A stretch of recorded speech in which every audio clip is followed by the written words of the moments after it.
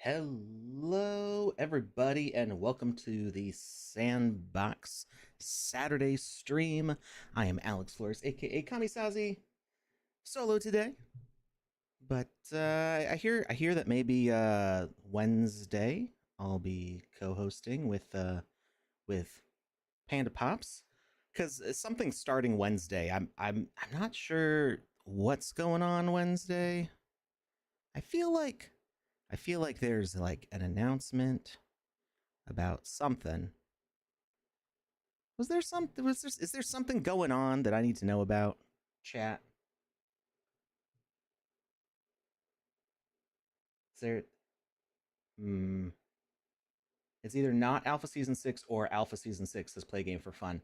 I have a feeling that it's definitely one of those two things. Probably, most likely. Hey, Play Game for Fun. How are you doing this weekend? The yoke's on you. Ardox obeys. Welcome everybody to the stream. I see the Kajingaverse is with us again over on YouTube. It says, curious how folks are participating in the sandbox. Are you opening that up to the chat? I know that Play Game for Fun builds some games. The Yoke's on You is a frequent stream viewer here. I'm guessing that they play as well. I have the feeling the Yoke's on You has participated in some competitions too, but my memory is bad these days. There's so much going on. My brain is a little bit fried like all the time.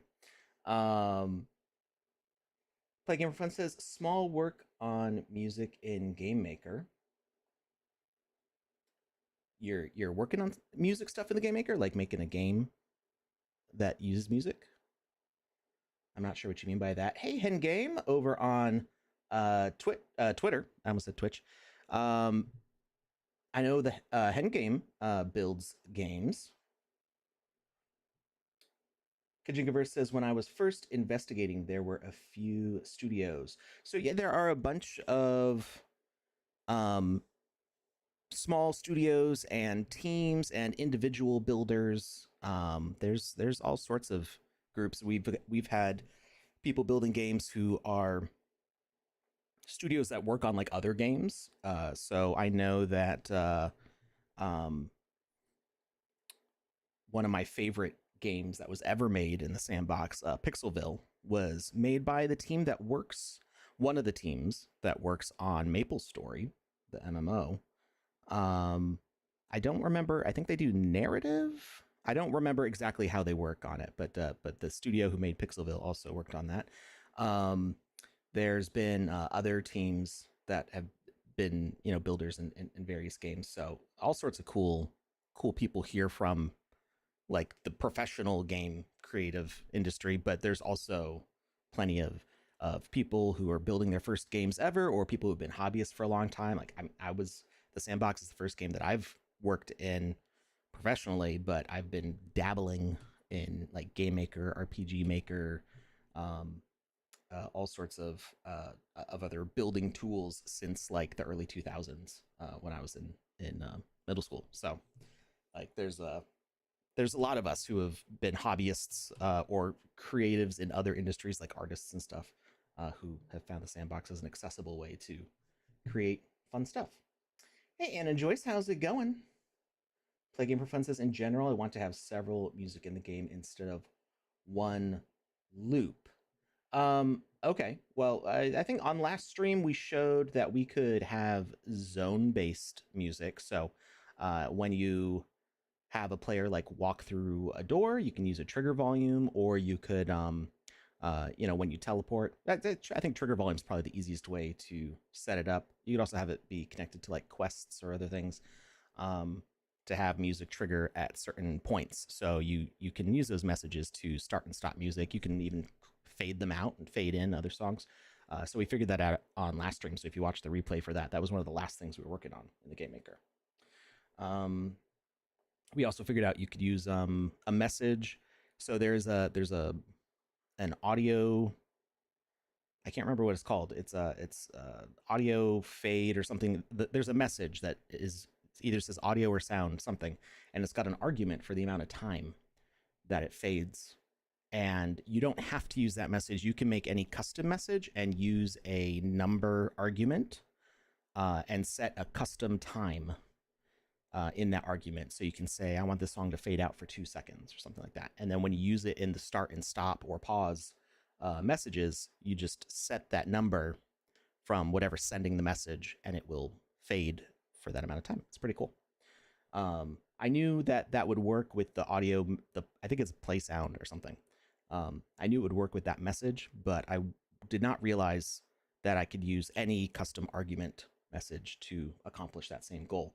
So that way you don't have to keep on reusing the same message in all the many times you may want to fade music. You can use different messages and you have a lot more, an easier time controlling that. Let's see. Hey, Metaverse Street Journal over on Twitch. How's it going? Kajigaverse says RPG Maker. Yes. So my history of game development, it starts even earlier. There were some game creation tool demos that I don't remember if it came with like Carmen Sandiego or something. There was a game making tool that came with some a demo of it that came with some software that I had in like 1997 that I played around with, and it couldn't do much because it was a demo, and I was only like 8 years old, so I didn't really understand what I was doing. That probably is where I got the creative juices started flowing for game development. And then when I was around 10 years old or so is when Lego Bionicle came out, and the community online for that was making games. They were making fan games in what is now called Yo-Yo Games Game Maker. It's just called Game Maker, or Mark Overmar's Game Maker back then. And they also used a tool from Japan, which was not officially ported into English yet. So, the questionable legality of the software back then, using it in the United States in English, since it was an unofficial translation. It didn't exist in the US or Europe or anywhere else. RPG Maker was a series of tools. There's RPG Maker, I think 95, RPG Maker 2000, RPG Maker 2003, RPG Maker VX and VX Ace. Those weren't around yet. It was just 95, 2000, and 2003 back then. 2003 came out probably after I started noticing the games from 95 and 2000, the years that version of software came out. So people were making custom sprite sheets. That's when I started paying attention to pixel art, which eventually inspired me, or I always liked pixel art when I'd see it in these games. And so that was something that was always on my mind, was pixel art and tile sets and all the 2D graphics. And then when I found out about voxel art, that was just a natural conversion for me. It was like, oh, okay, it's pixel art, but it's in 3D. And, I played Minecraft since alpha, and saw what the cool sculptures people were making in that. And yeah, so it's been a long journey for me, but I've always been interested in game creation. And I think the Sandbox is the first time that I really, well, I guess RPG Maker, I really connected with RPG Maker, but the Sandbox is the first time that I was really connected to the community building, because, I get to talk to you guys. Hey, Mario Raven, ADJ, welcome. Hey, Byverson Art, I see you there. All right, so I guess we should talk about some things. Where'd my browser window go? My other one. I feel like we should talk about one specific thing first, since everybody is probably curious about it. 1 second.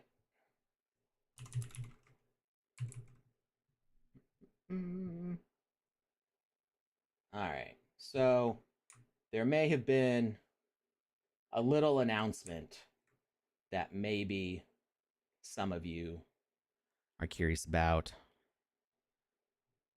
Alpha Season 6 launches September 24th, which, if you didn't know, is in 4 days, and is a Wednesday. So I don't know if Panda has set the exact time yet. I think she did. She's going to be doing an alpha launch stream, extra long. Da, da, da, da. Okay, it's going to start at 2 p.m. UTC, so earlier than my normal Wednesday stream starts. And I will be co-hosting with her at least for the start of it. And I think I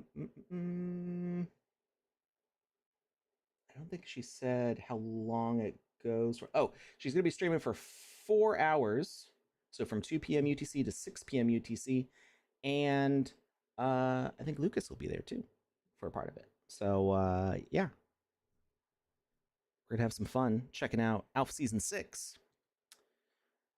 Barberson says RPG Maker is limited only if you're making RPGs, not suitable for other game genres. I have seen, it depends on what plugins you use. I've seen some pretty crazy plugins. People have made platformers and other sorts of games. You can do visual novels, things like that. But yeah, definitely, I like RPGs, so it definitely fits in with what I like anyway. But yeah, it's very much, there's a bunch of game creation tools that are like very fixed on like one specific kind of thing. And even some ways, if you look at the sandbox, as far as the tools that are provided in the sandbox, really it's a action platform adventure game. Not unlike, I'd say, like Legend of Zelda. Um, Probably more like Mario games, I guess, with the platforming. Not quite as mobile, although with being able to pull up on things and double jumps and the other power ups now, it is a little bit more like that. Like Super Mario, not Galaxy, Odyssey. With the different sorts of moves that you can do with the power ups now. But I've seen so many different kinds of games in the sandbox, from card games, board games, turn-based RPGs, tower defense. If I know a lot of you have been watching the stream for a long time, you've seen us play all those different sorts of games. So that's why I love the game jams, is because I get to see so much variety in how people interpret the subject of the theme of the game jam, and the cool game mechanics that people come up with. That at this point, I assume that basically every kind of game is possible in the sandbox. But I'm always impressed with the different ways that people figure out how to make that possible. It's really amazing, and I hope we always keep on doing these game jams, just because it really lets the community's creativity shine in what they're able to figure out. All right, so you've been watching this video on loop. I guess we can watch it with some audio, although I don't think there's any talking.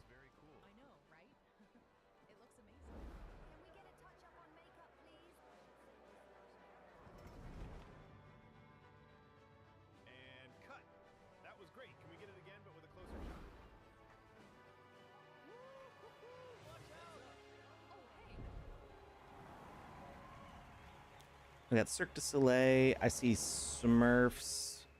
Attack on Titan. Peaky Blinders. Wait. There's a bunch of posters here. So I see Attack on Titan. I see King Kong. You see that there? It says King Kong. I'm guessing Skull Island. Attack on Titan, Terminator Dark Fate, Peaky Blinders. What else we see in here? So that'd be Peaky Blinders. I still need to watch that. Some sort of horror movie? I'm not sure what that is. I do see Smurfs there, and I thought I caught... Okay.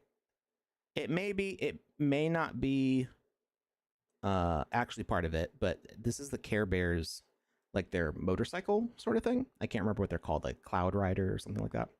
That's from Care Bears, but it's kind of off to the side, so I don't know if that may just be whoever set up the scene is like, oh, this looks, shiny and rainbow and colorful and stuff.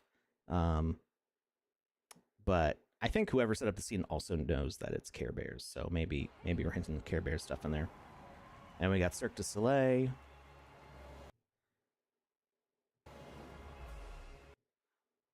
And I think that's it as far as what's been shown in here. I'm pretty sure there's some other things in there, but I don't know that I've seen anybody mention King Kong. It's really just like in the first couple frames, and like it disappears so fast. So maybe people missed it, but I do see King Kong in there. So a little bit of beans. Hey, Metaverse Genius, how's it going? Kajingaverse asks, are scoreboard and saving progress possible yet? Yes, those leaderboards got added a while ago. It's been available to builders for I think about a year now. And there's been some improvements with each version of the leaderboard. It's currently only for multiplayer games, which, I've been begging that we add it to single player because I think there's a lot of possibility for single player arcade games with leaderboards. I think could be a huge thing. So we will see how that develops. It can be a little tricky to set up your leaderboard logic. We've experimented with it a lot on stream, and sometimes there's bugs, sometimes there's other, not fully understanding how the mechanics work. But I think it's been gradually improving. So there's leaderboards, and then saving is available for all games right now. So that got added with the launch of 0.12 a couple months ago now. Has it been months? I think it's been months. I've been working in 0.12 for a while. So I'm trying to remember. I think it launched in either July or August. My volume is low. My volume is right where it's supposed to be. You gotta turn it up. This is where I don't change the volume settings from any stream. This is exactly always where my voice is. My microphone is turned up to 100. See? Whoop. Right there. It's supposed to be right there. It could go louder. I could turn this up a little bit, but you don't want to turn this up too much because then if we start getting to the red, we start clipping out. But yeah, when I stream, it's always right here, like barely touching the yellow. I honestly don't change it ever. So I guess, you gotta turn up your volume. Anyway, 0.12. Oh, so saving's available. Saving, you do have to use multiplayer behaviors and components to activate it, but it does work in single player games. I was just playing a game yesterday that used the save mechanic, and it worked perfectly for me to load back in, and everything was back where it was. Saving is complicated to set up. There's 4 saving options. You've got quests, which means that quest progress will be remembered. It really only remembers if you completed a quest. So you do have to be careful how you use that. Increase to max will reduce sound. See, if I increase it to max, it is max on my microphone. But if I increase it to max on that, it will clip even if you turn the volume down. So it's it'll sound bad if I do that. I don't know. I don't. It's perfectly loud for me. I mean, I'm hearing my own voice, but it's honestly where it always is. I would maybe double check that your system audio and your player audio are both up, because you can have volume in 3 separate spots. You can have your speaker has volume, your computer has volume, and the player has volume. So make sure that if all 3 of those are up and you're not hearing me well, I don't know what to tell you. Watching on your phone, it was quiet, but on your PC, it's good. There you go. It's a device issue. No, I don't think they're trolls, Kachingaverse. This is a thing that comes up every once in a while. So, there are people who crank their volume up all the way when they're streaming, and it ends up sounding really bad, on recordings later. So I try to use good practices, but some if people are used to listening to much louder people than me, then their volume settings might be lower. Um, every time I hear your spaces, it's low. You mean on Twitter or like right now? I don't know. I mean, like I can turn this up, but it's really not supposed to go that much louder because it'll it'll be bad. Actually, this is the max it'll go. Um, so I don't know. Hoddle says my volume is good. Hoddle's been watching me for like 3 years at least.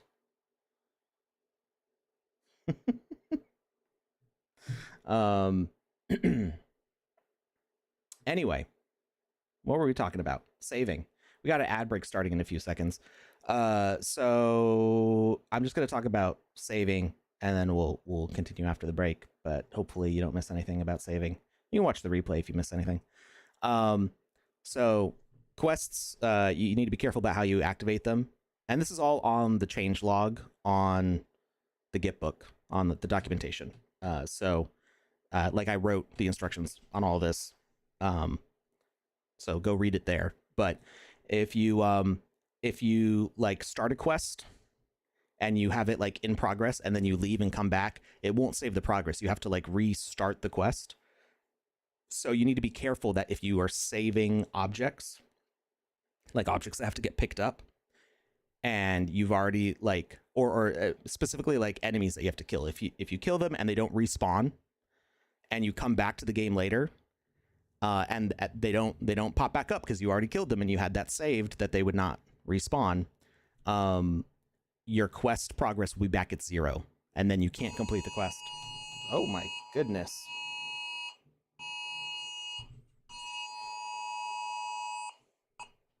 Wow. Okay. I just got an Amber Alert. That. Whew. Is my volume loud enough for you all? Whoa, that gave me a little heart rate jump there. Amber Alert. If you're in the state of Connecticut,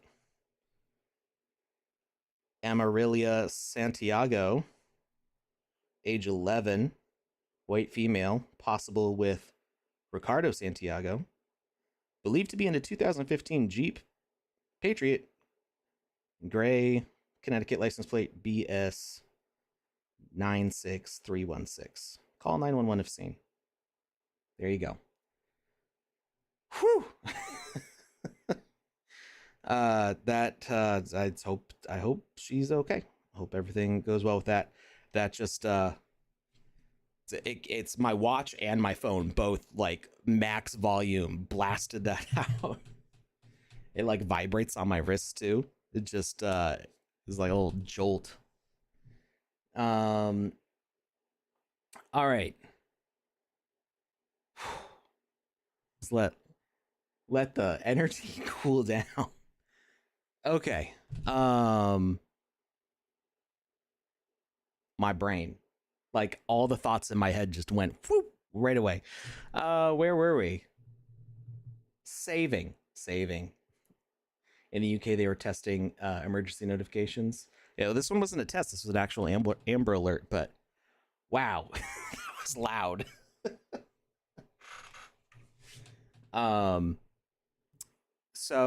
Saving, you got to make sure that if somebody has a quest in progress, they leave, come back, you didn't save their progress of what they were doing in the game world, because their quest will be reset to 0. So you need to make sure that the enemies respawn, the items come back, they're able to complete that quest. Otherwise, they will have done part of the quest, they leave, they come back, the quest is reset to 0, and then they can't do the thing that completes that quest. So you do have to put some forethought into how you set that up. So there's quest saving. When they come back, it'll be like you completed these quests already. That also impacts the game world. So like if you have a quest that changes the time of day, or unlocks doors, or spawns NPCs or anything like that, you need to check that those quests are done in your game rules. And if those quests are done, you need to send messages that will set the state correctly for when the game resumes. So if say the game changes to night after you beat the first quest, you leave, you come back, the message to change the game to night isn't going to send automatically. You need to use the quest check rule to go, was this quest complete? Oh yeah, it was. Okay, change the time of day. There's also inventory saving, so it'll save like what items you picked up, how many of them you have. There's variable saving, which will remember any numbers that you have as your variables. So I think there's some nuances to like local versus global variables there that you need to check on. And if I remember correctly, the saving only works for global variables, so you may need to like copy the values from global and local. I might be saying that wrong, but just something to be aware of. Test it out, make sure it works. Always test your games. And then we got quests, items, checkpoints. And then you can also save the checkpoints. So anytime you set up a checkpoint in the game, it'll remember what the last checkpoint you activated is. That's another thing. If you set up your checkpoints, make sure you don't lock players in a room, because they did something to unlock the door. They got a checkpoint on the other side of the door, but then you if that door does not recognize that they've passed through it, when they come back, you might have locked the door behind them. You might have trapped them in a room where that checkpoint is, because the doors aren't open now. So you need to go like, was this the checkpoint you were at? Oh yeah, okay, make sure these doors are open. So there's lots to learn about that. And I've always said this, as people were like anticipating save games coming around, I always said there's a lot involved in having a save game. Not every game engine is compatible with what we would call like a save state, or like a lot of Bethesda games, Fallout and Elder Scrolls and all that stuff. They have a save state where it just like takes a snapshot of the entire game status. So when you load, everything is exactly where it was. The items you dropped on the ground, what's in your inventory, your quest status, like everything is exactly the way it was. So that is not the way this works. Actually, I think most games don't work that way. So there is a lot of thought that you have to put into exactly how you're going to save the games and load them back, because you want to make sure that when users come and go, they have a good experience with that. They can always hit new game to reset everything back to the beginning. That you on the escape menu, any game that can save, you can click new game and it'll like rewind it. But you do need to be aware of that. If it's a multiplayer game and you're using global items that like one player picks it up and another player can't pick it up, that will also impact the players. So they can make a new game, but if it's a multiplayer session, the changes that other players made to the game world will still be in effect. So you got to think about whether items can be picked up by multiple players or by one player. Is it like an MMO where the bosses keep spawning in a cycle? So just a lot to unpack there. Let me get you the link for all of this. So it's in the change log. If you go to there's something wrong with the creators page. With the creators homepage, it's not loading for some reason. But if we go to saving Game Maker 0.12,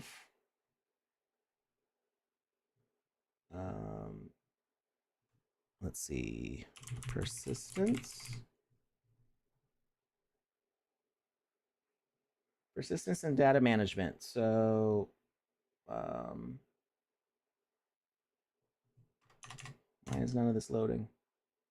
Well, I wrote articles on all of this, and it seems that they're not up on the server now.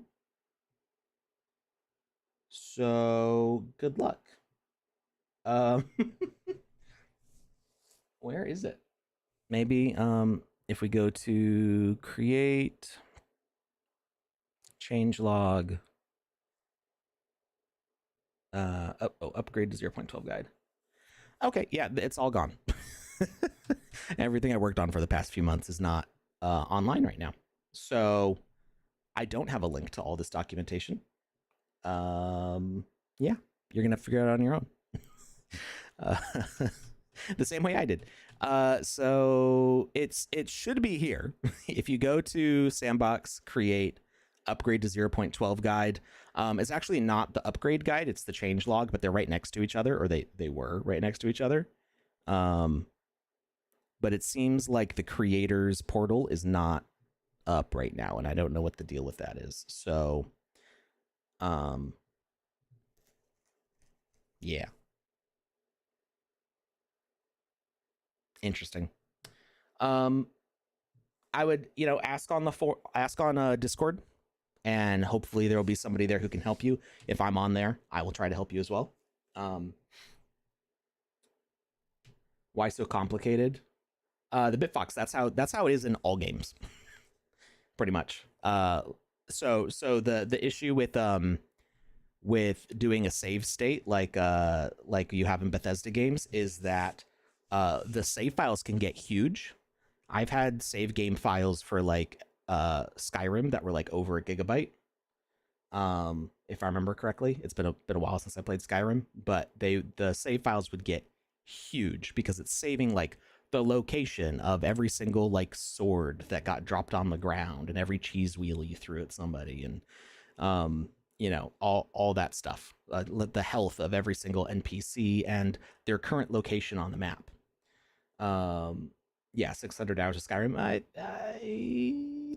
I don't know that I put in 600. I would have to. I've played in multiple versions, so I've played the original. I've played the with mods and everything. I played on Switch. I've played the like the remastered version or whatever they called it. I can't remember what they called it. The updated version they put on Steam. I tried playing on VR and it did not go well. I need to get some mods because it doesn't work right with my headset. But yeah, those save files get huge, and that would be a lot of data to save on server for all players because this is from a lot of it's from multiplayer. So you can't just do. That's the other thing for multiplayer. It wouldn't work at all. You can't do a save state save for multiplayer because there's the positions of other players and what they're doing. So yeah, a couple gigabytes for Fallout 4, 1,200 hours. Yeah, that's just not practical to have for an online game. So it is that complicated for good reason. And I told y'all it was going to be complicated back before it came out. When people were asking like, why can't we save yet? And I'm like, it's complicated. Like, I would say that doing like variable saving is probably the easiest, because it's literally just this variable is this number, and then you got to load it back. I guess checkpoint saving is kind of the same way, but it does get complicated with quests because quests have multiple statuses, and it's not so complicated to save it. It's complicated to load it. It's one thing to say this is what the data is, but it's another thing to say, okay, you're entering this game with these things saved. Let's recreate the game world to match this save. It's not, and it's working with only the data that you've saved. So that's why you got to like pay attention to, we unlocked this door. We got to make sure that the game knows that we unlocked this door when you come back to it. Otherwise, the player's going to be locked on the other side of it.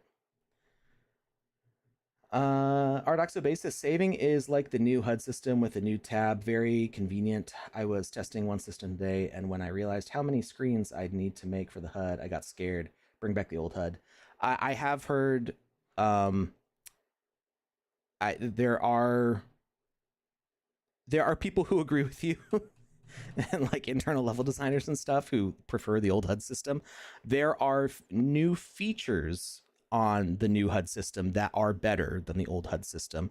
Your ability to animate the variables and like change the color for different values and make it do things. I think that's really cool, the new way it works. But you do need to be a little more you can't just pop in a variable at any time, right? That was the cool thing with the old variable system, is you could like load in those variable slots independently, but having it be as a page, it's a little more static. So yeah, it's I understand I understand the conflict between those things. I'm not sure what the best solution for that is. And I don't know if they're going to go back based on the feedback. I'm not sure. Hey, Dagos, thank you for the subscription. You've now been subscribed for 8 months. Or well, this is your 8th month subscribing. Very cool. All right, so we did a little detour talking about saving, but that's not what this stream is about. This stream is not about development, because the games have already been developed. We're doing a Game Jam award show.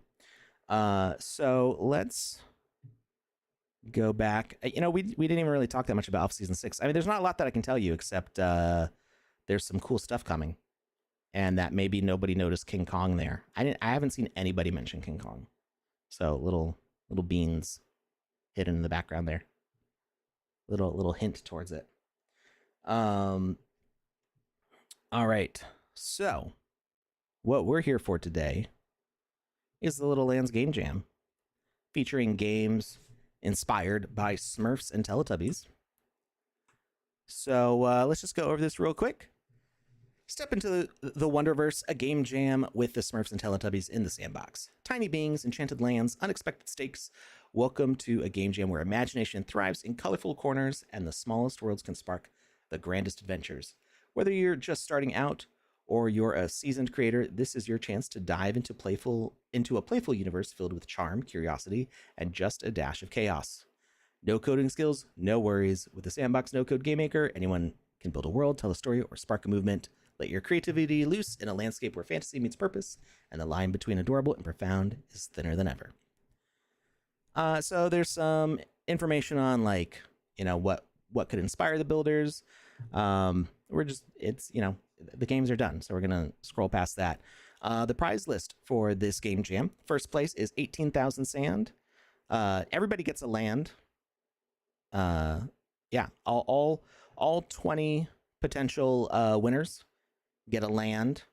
All of the top 10 get a catalyst pack of some amount. And then the sand prizes: first place is 18,000 sand, second place 14,000 sand, third place 10,000 sand, fourth place 8,000 sand, fifth place 6,000 sand, and 4th through 10th place each get 4,000 sand. Honorable mentions get 2,000 sand each. The IP special prize: Smurfs will select games to be featured on their official land.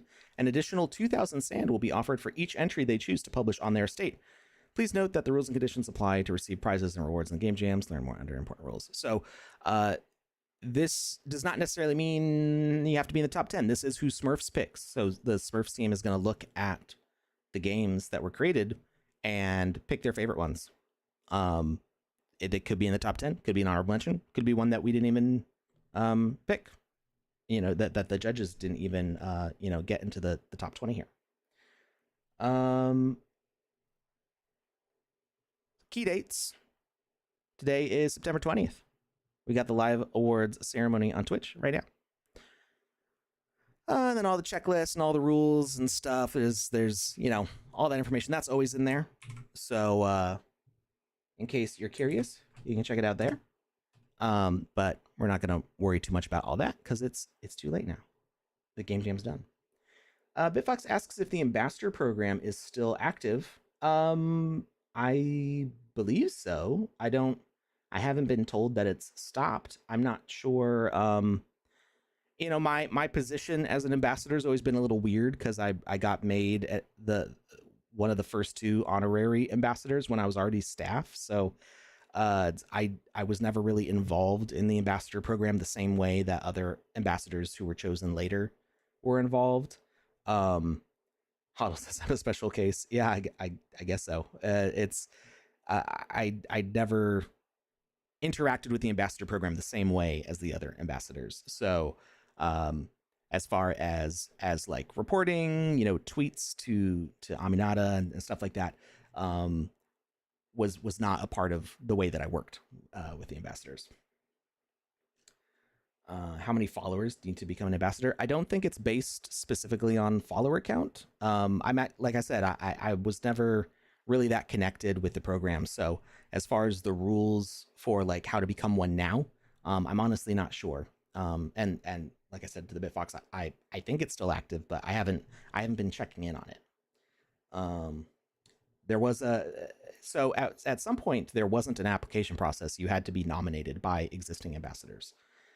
And that's information from like 3 years ago. So I'm really not sure what's changed since then. You need to apply and get chosen. Okay. Yeah, if you've got a link to the ambassador program, then you can share that. It might be on docs, docs.sandbox.game. Or this might be one of the articles that apparently is missing.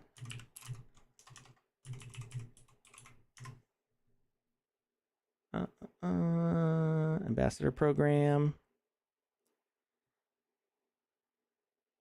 There's this Medium article here. I don't know how old this is. This is from July of last year.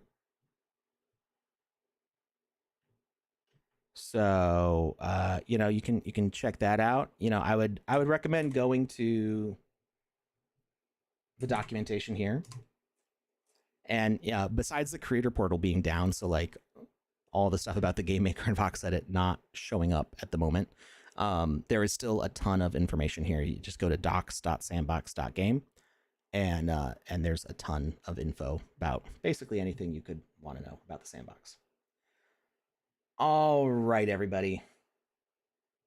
Are you ready to see who our honorable mentions and top 10 are? I don't know if you're ready. Ardoxobase says go, go, go, go. All right. I think we'll do that. So, without further ado,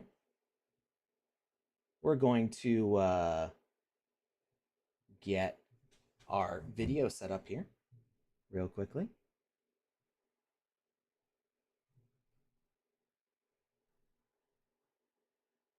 The BitFox says, let's flip and go. All right. Okay, chat. I think you convinced me. I will. We'll do it. We'll do it. Okay. All right. Ready? Here we go. Ooh.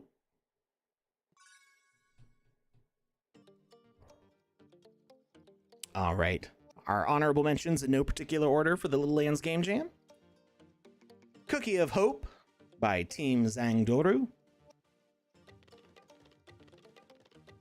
Hey, not Jackie Chan. How's it going?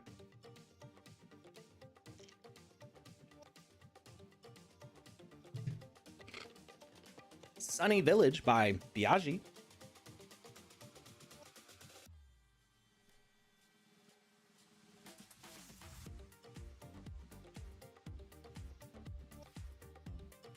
Smurf Quest by Panday Meta Studio.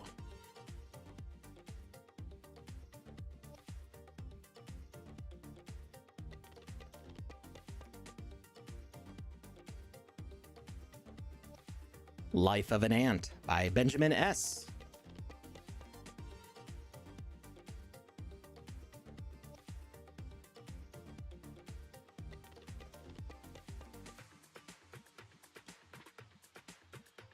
Tower of Myths, Lyra's Quest by Ashura Studios.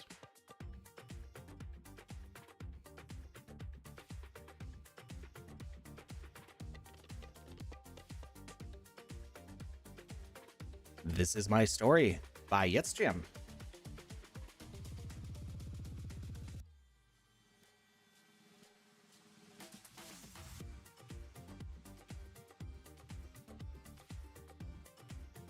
Back to the Pond by Marshall 17.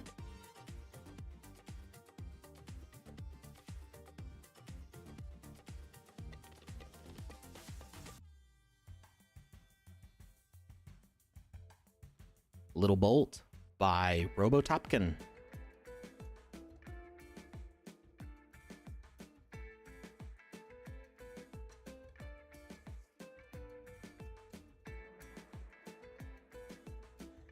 Tiny Happiness by DeFi Please.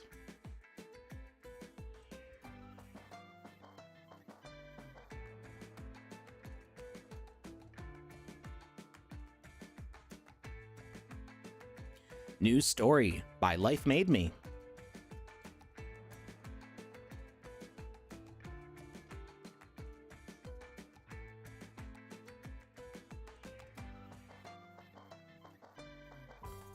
And now for our top 10 counting down.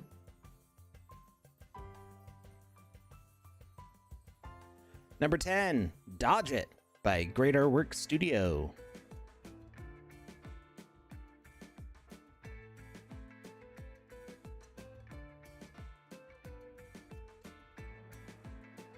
Number 9, Exodus to a New World by Kajoijid.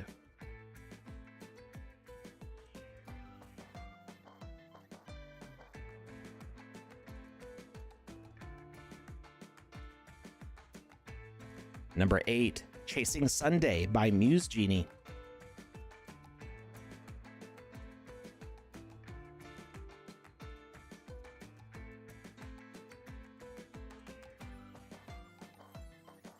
Number 7, Retaliation by Apex Wolf.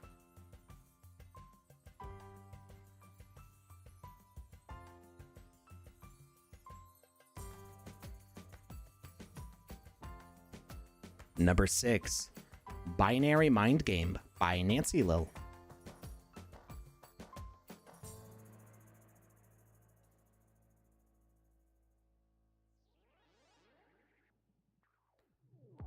Number 5, Voxheads by Bago Games.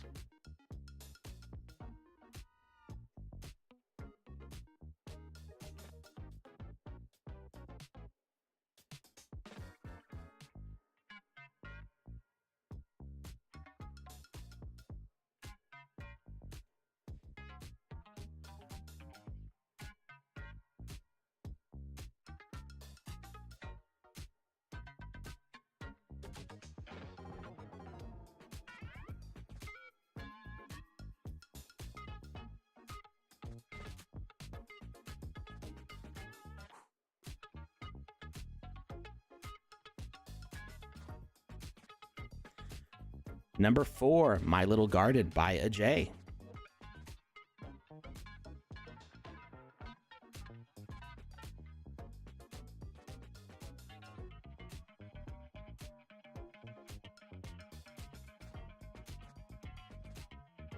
Hey, Ajay's in the chat with us. Congratulations.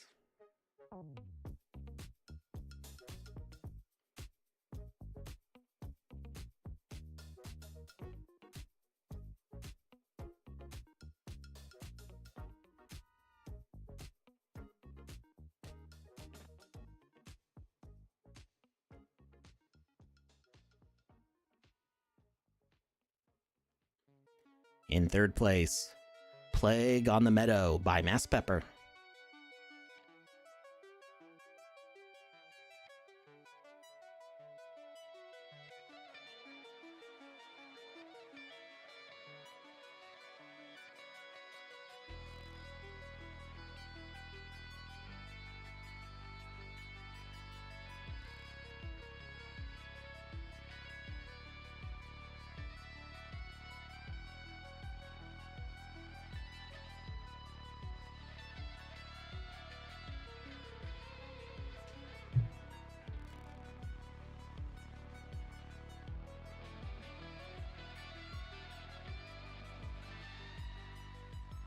In second place, Fairy and Bee, The Odyssey by Vox Machina Studios.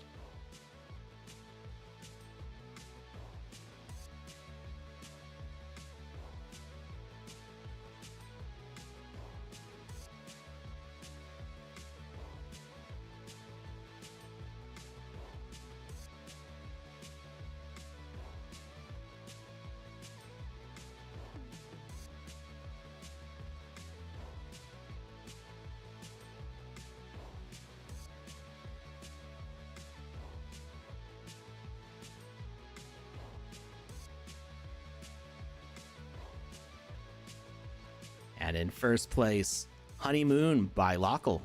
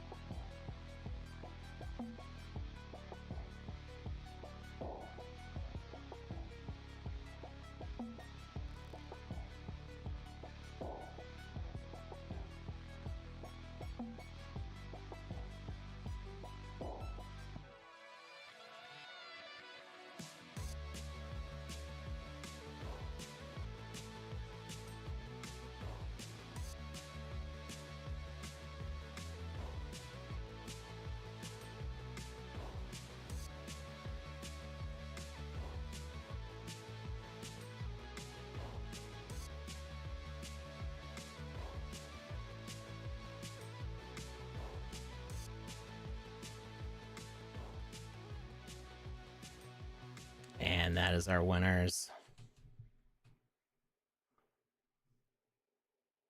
All right. There were some really cool looking ones in there. Not least of which being our number one winner, seeing life through what looks like a microscope. Looks pretty cool. We're gonna be playing that one in a few minutes here. In the meantime, I'd like to remind everybody that there is a giveaway form. Let's paste that in the chat again. And yes, Renegade is it Renegade Apes Club or Renga Apes Club? There we go. All entries are made in the Sandbox Game Maker. That has always been the case with our game jams. Everything in there was made with VoxEdit and the Game Maker and played through the game. Well, the Game Maker gallery probably, but it could also be played in the game client. So definitely you can go download the Game Maker and check out all these games. They should be still up in the gallery. And if you find them around the map, you might find them around the map as well, because everybody in that video you just saw is getting a land that they'll be able to publish these games or other games on. Hey, Cyber Dragon, how's it going? Cyber Dragon and Nachik-chan both thought that game looked pretty cool. Let's see. There was some more stuff in the chat here. Some congrats to Jay for their score there. Not Jackie Chan, which game were you talking about? Saying, was that a Sandbox game? Was that the really super colorful one? I'm trying to remember the name off the top of my head. What was it? Let me. I feel like I saw that around the time. Was it this one? Was this the one you were asking if it's a Sandbox game? Boxheads by Bago Games. Oh, an RPG battle. Well, there's this board game. Oh, this one.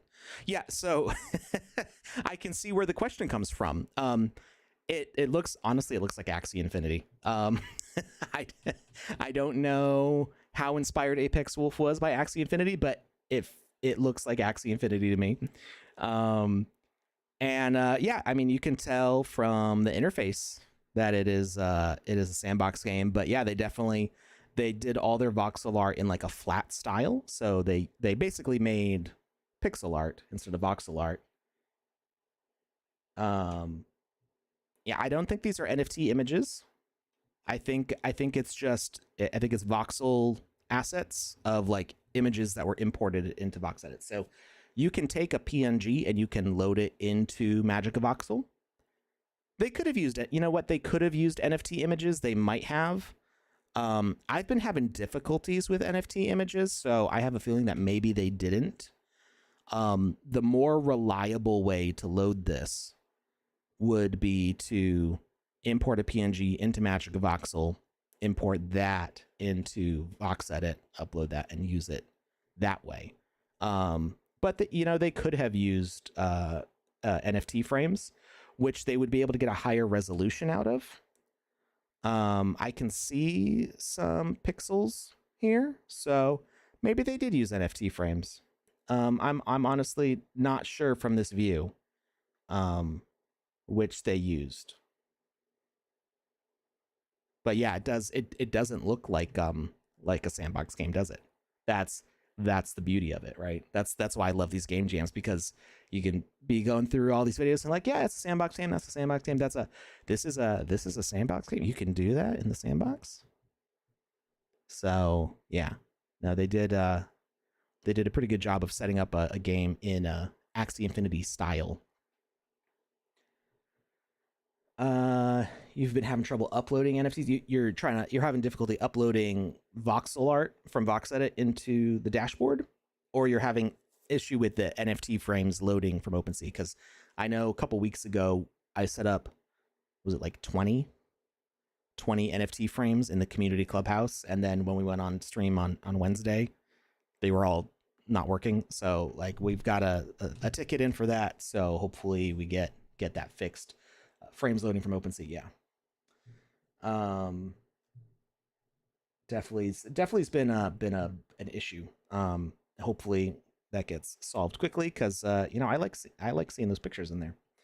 All right, so as we do every time, we're going to read some of the feedback here real quickly before we jump in and play the number one game here. Let me just check something real quick.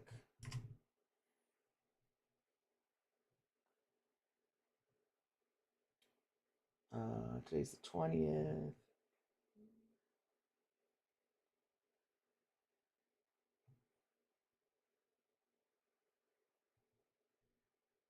All right. So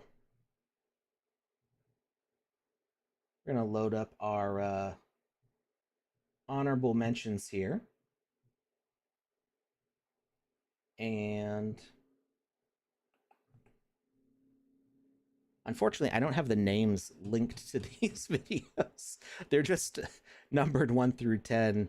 And I'm going to have to figure out which one is which based on what I'm looking at. Okay, Biaggi. Let's see here.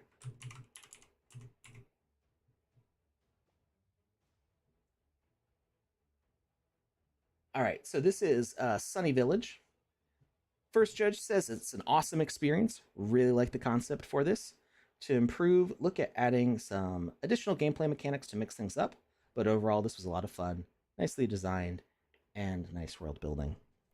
Yeah, definitely visually, this is very cool. I'm pretty sure like this Gargamel asset was included as like this is the official Gargamel asset. Oh, look how cute that character is. Are you playing as a daikon or something? Like a radish? You appear to be some sort of vegetable. And then the second judge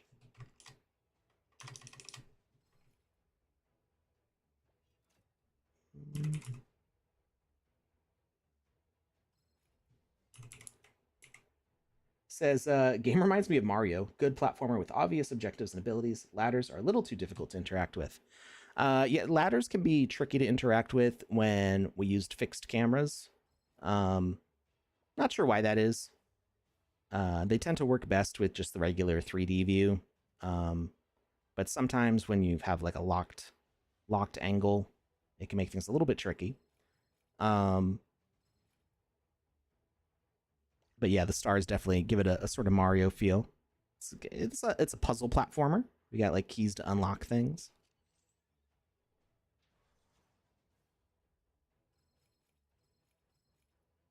The sense of level design seems very solid. I might have, I don't know. Having not played this myself, I don't know if there's an invisible wall here, but I would have skipped the key and jumped and circled around on it, or at least I would have tried, and then probably found out there's an invisible wall. Actually, this might be at the edge of the map. If it's it looks like it might be the edge of the map. If it's right at the edge, then you won't be able to get around it.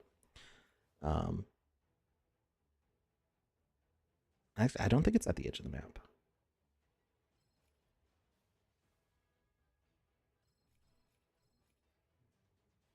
Very dramatic music in the background here, though. Yeah, I like the seeing like separate little island worlds. It's pretty cool.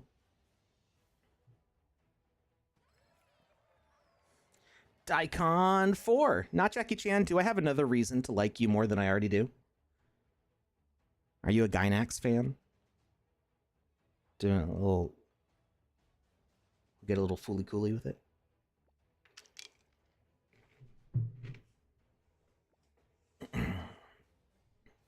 Ice Pilot? No, I have not ever done that before. At least not to a keyboard.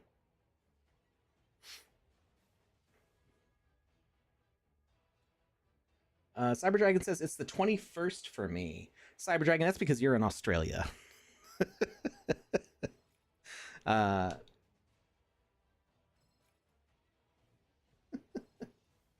all right, let's move on to the next one. Let's see. This is Yet's Jam Games. So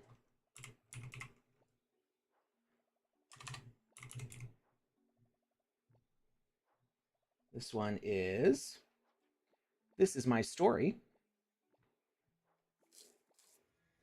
Judge number 1 says, really awesome game, very well designed level, and lots of different elements. Was enjoyable. Things that worked really well. Level design to a degree. Only near the start. With the key, it was slightly confusing, but only a little. I have potentially left an area with the fence open, as it almost felt like it wasn't meant to jump over the fence into the water. I love the start with the building story, or with the story building. Fun incorporation of mini games. Need to improve to keep the pace of the game fun. Sometimes collecting items could feel a little bit boring. I mean, I think that's true for lots of games that I've played. Thinking like Legend of Zelda, Breath of the Wild. There's a little bit too much collecting of things in games sometimes, but I think it depends on whether it's mandatory to beat the game or optional. I think that makes a big difference when it's optional collecting and players who want to, go through a game quicker.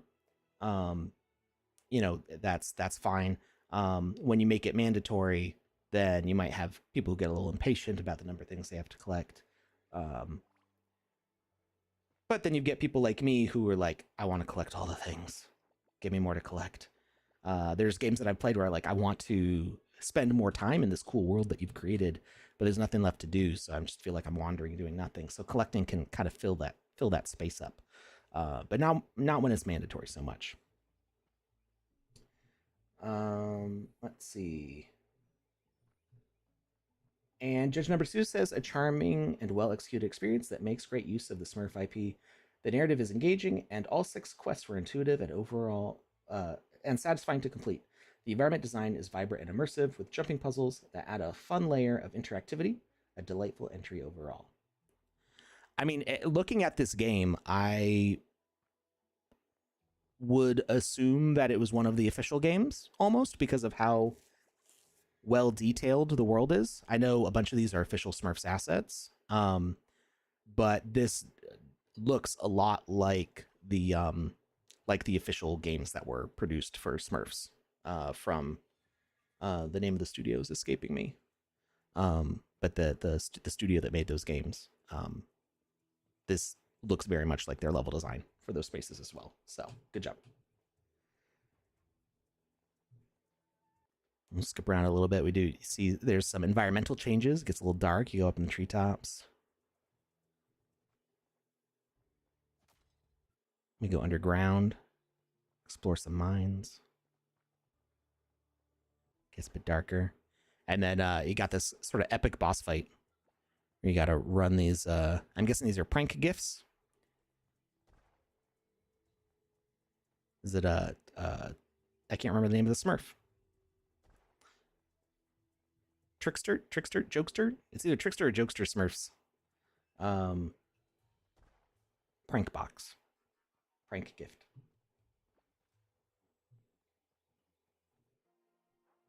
Our next honorable mention comes from Ashra Studios. This is Tower of Myths, Lyria's Quest. It seems to be a bit of like a farming sim sort of game.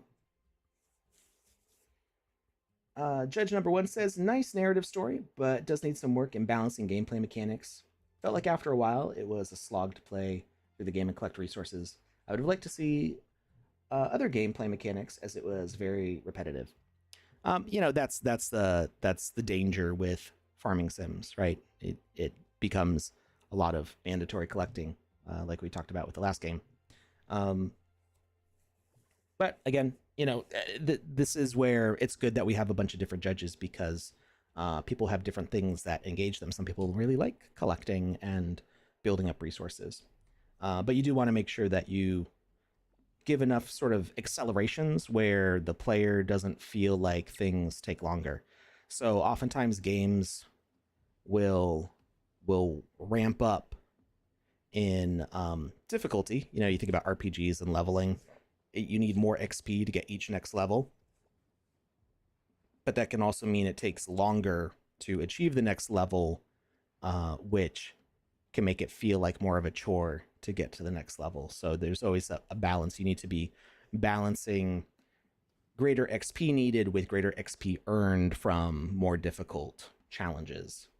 And that allows you to kind of keep the rewards at sort of an even scheduled pace, the little dopamine bursts that keep you going to the next one, while still giving a sense of progression.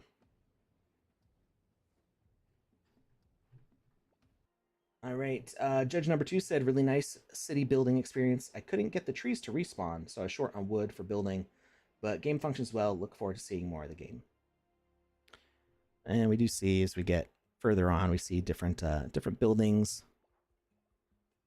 pop in, different construction options. And this goes, Ashura Studios has a whole series of these Tower of Myth games, so this is continuing on with the series that they've done in other game jams. There's been several of their entries in game jams using these same like platypus characters.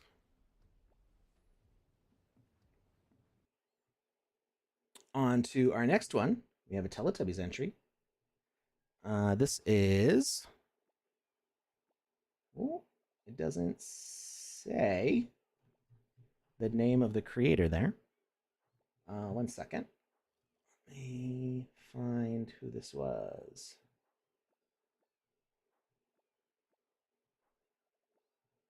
This was Cookie of Hope by Team Zangdoru.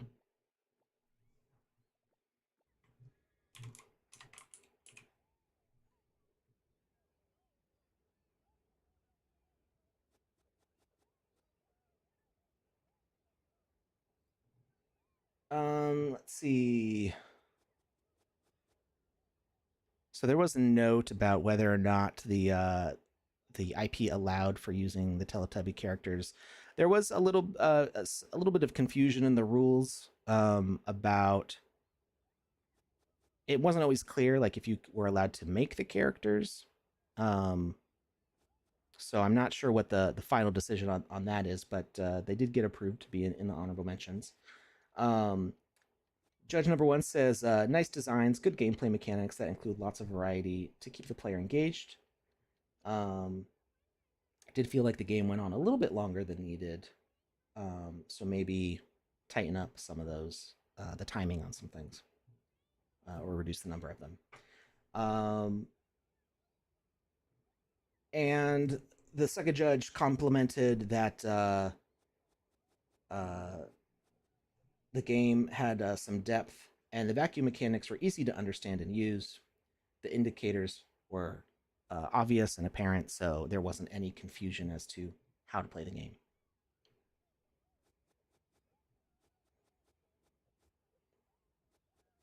So yeah, we're making sure that the cookie dough doesn't get corrupted. Spark dust. Are they like Miyazaki, like soot mites, soot spirits, whatever they're called? Hi, Maggie. How's it going?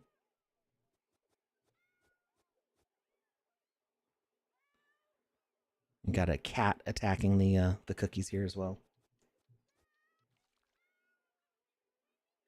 I feel like this baby reminds me of Coco Melon. Where'd it go? We can get a break. Bring it back. There it is. Is that the baby from Coco Melon? And hey, Gago Dragon, how's it going? All right, on to the next one. We've got Panday Meta with Smurf Quest. Judge number 1 says, really enjoyed this game. I like that you allowed the player to choose whether they wanted story or to skip. I will say the beginning, the narrative does go on a little bit longer than I'd have liked, although it was interesting. Gameplay was fun and interesting. The wind section was hard to navigate, and I fell quite a few times.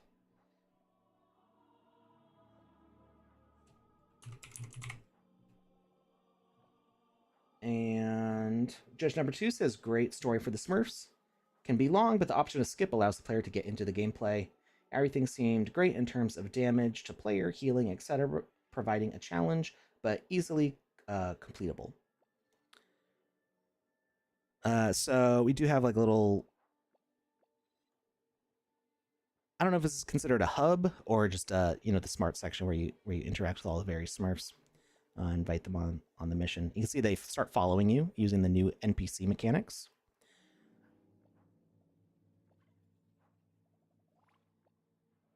But what gets really interesting is when you actually get into the gameplay here. Here we go. You got to ride around in a shoe a bit, I think.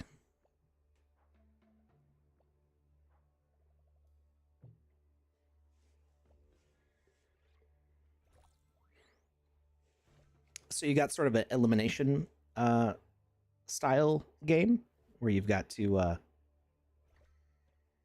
get off these little ice cubes before they drop in. Ice Pilot asks, would we have the ability to make a rogue in the sandbox with buffs and debuffs? Yes.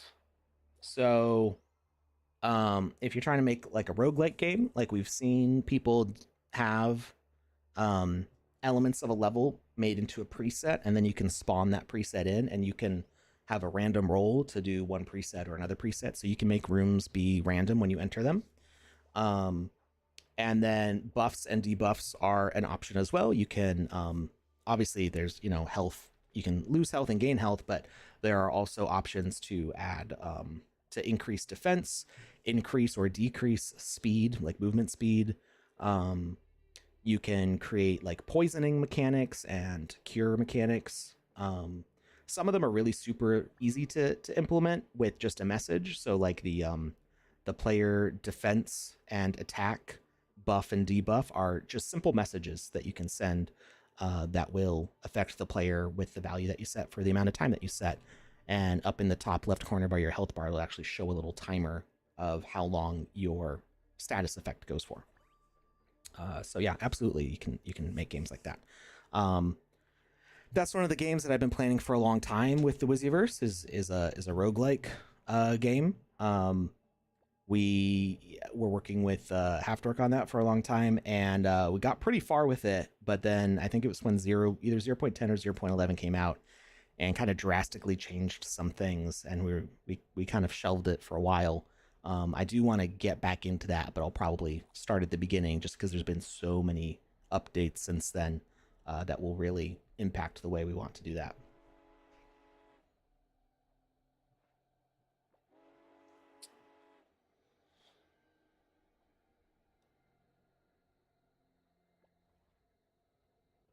All right.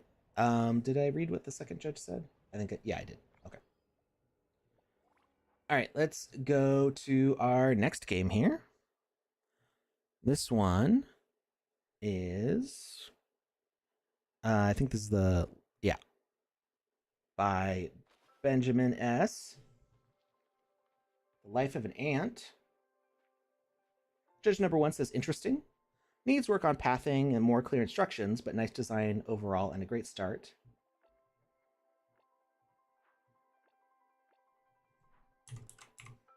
And judge number 2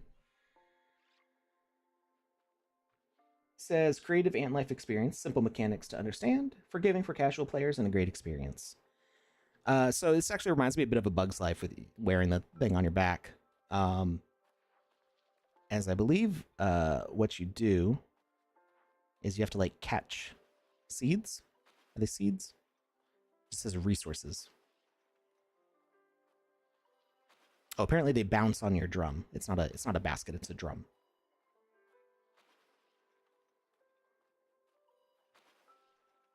So it's a little bit like I don't want to say Pong or like Breakout. It's not like Breakout because the things aren't bouncing back up to break something, but the fact that you have to catch them before they hit the ground. It's a little bit similar to that. And then they've got a couple different areas. Has that sort of a Bug's Life / Honey I Shrunk the Kids feel from that Ant's Eye view. And we got a really creepy Gargamel in the background. I guess it's not, you're not playing as Smurfs, you're playing as ants. So I guess it's not actually Gargamel, but it looks kind of like Gargamel with a creepy toothy grin going on here as you're dodging what looks to be knives. Ice Pilot says it looks like a Super Smash Brothers map, the Coliseum. Was that the Legend of Zelda one? It had like it had the platform underneath that I'd always died at because I couldn't jump back up. Hey, Sir Alakid, how's it going? All right, we're going to check out the next game. And this one is super cute. This is Marshall 17 with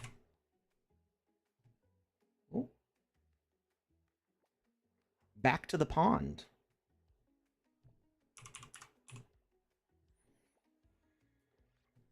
Judge number 1 says, very cool, really like this, well done. Great visuals and narrative. Just a few things. These are very specific game notes. The crest was super hard to see to make this more defined. The butterfly chase, small issue numerous times. Let's see. And they'll get all this feedback in an email also. Sometimes because the camera is locked in position, it's hard to navigate a plank that's on a diagonal. So that's something to be aware of, is anytime that you have the camera that you can't rotate it to match the angle you're moving at, if you make the player press like AW or WD at the same time, it can be a little bit difficult to make sure that they stay on the path. It's much easier to press one key and rotate the mouse to match, but then that also very much changes the style of the game that you can make if you change the camera angle.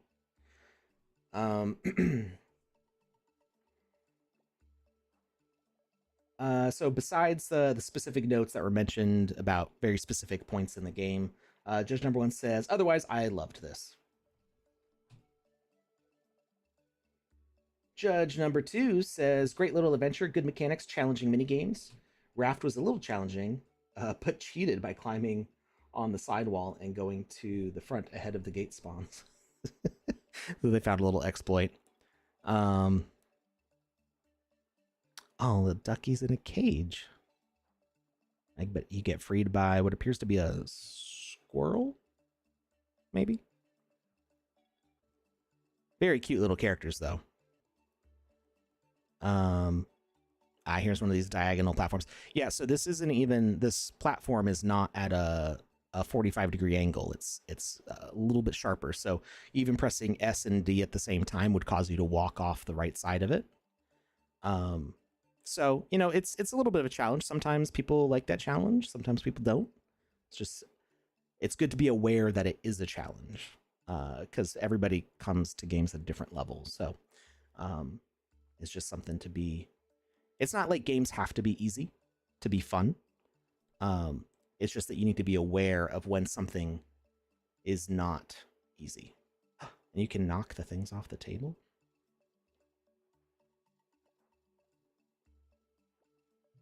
Little unlock minigame.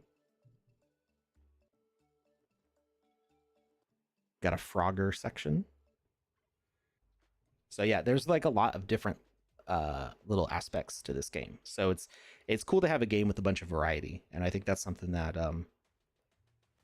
that the Sandbox does well in being able to create all these different styles of games is that you can make a game that does whatever you want it to do. All right, we got an ad break starting soon.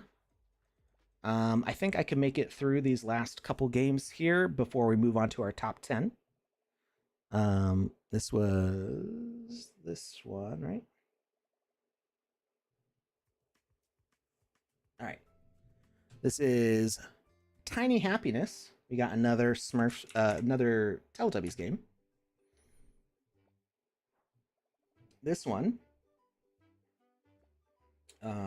similar note about the IP rules for Teletubbies, making it a little bit challenging. Like they wanted more inspiration of the theming of the style and not actually making the Teletubbies as assets. So just something to be aware of, and making sure to talk to the community managers and the people in charge of the game jam to make sure that if there's any confusion about what's allowed by the IP, that you stay within those rules.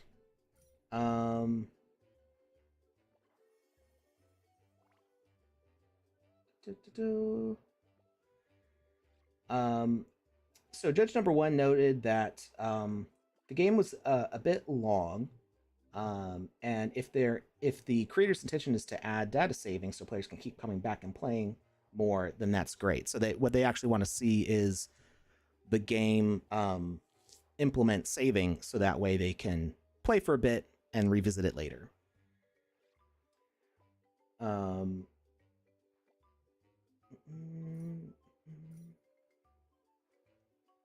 They suggested maybe making the land area smaller. It was a large map to manage and could be a little overwhelming. Maybe start with a smaller area and work your way up. I can't tell if this, it looks like it might be a 2x2. Although if you have it zoomed out enough, then it kind of doesn't matter. No, I think this is a 1x1. It might just be a little bit of overwhelming number of options for expansion. So you can see that like each time you expand, it gives you more choices. So maybe it's maybe a little bit of decision paralysis.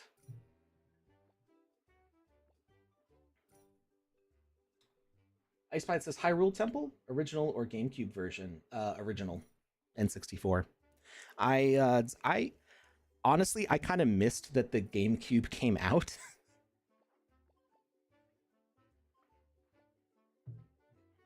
I remember, like, I grew up with my next door neighbor having an N64. And I think it wasn't until the Wii came out that I like heard about the GameCube, and I was like, there was another console in between here. I didn't even know. Like all my neighbors after N64 had like PlayStation or Xbox, and my other friends. I think I only knew one person by the time I got to college who had a GameCube. And of course, there's a bunch of great games on GameCube. It's like I didn't even know about it until it was too late. Just wasn't. I didn't have my own game consoles, so it wasn't something I was ever like looking into. But yeah, we got a cool like game expansion map here.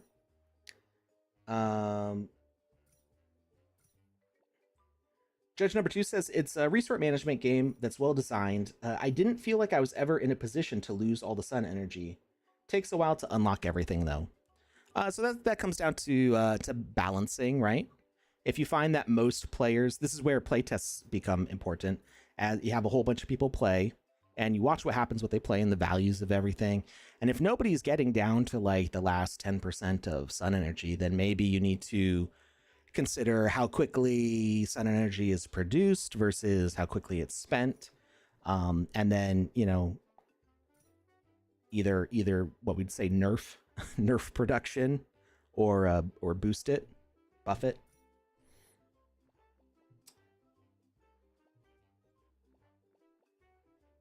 Jack, it just says I literally didn't know PS4 came out until I saw it at an ad on an ad for a swap meet. That's me with the current version of Xbox. Like Xbox One came out, and then they're like Xbox One X and Xbox One S, or I'm still confused about it. Like I still don't understand which one is which, and the order they came out and what the difference is. It feels like just different versions of the same computer, like, you know, iPhone 15 versus iPhone 15 Pro. Oh, that's the thing. That, and there's like pro versions of the X and S too, aren't there? Nobody plays Xbox. I know for a fact that's not true. Because when Helldivers came out with crossplay for Xbox, all the PC players were like, "Oh wow, these Xbox lads are crazy." They have no regard for their own survival and do everything to get the objective. And I'm like, that sounds about right for Xbox players. The guys that I used to play Halo with in college. You dive in, you give it your all. The new Xbox is gonna have Steam on it. That's crazy. Yeah, I have no say in console wars. I'm about playing the most games. Play all the games. Eventually I will have played all the games that are worth playing. We'll get there. You guys can fight about Xbox versus PlayStation in the chat if you want. I don't. I like games that are on both of them, and I have a PS2 and an Xbox 360. Those are the most recent of those consoles that I have. So I have no say in anything newer than those. Yeah, exclusive games don't like that though. Don't like it when games are exclusive. Let me buy them on all the platforms. All right, moving on.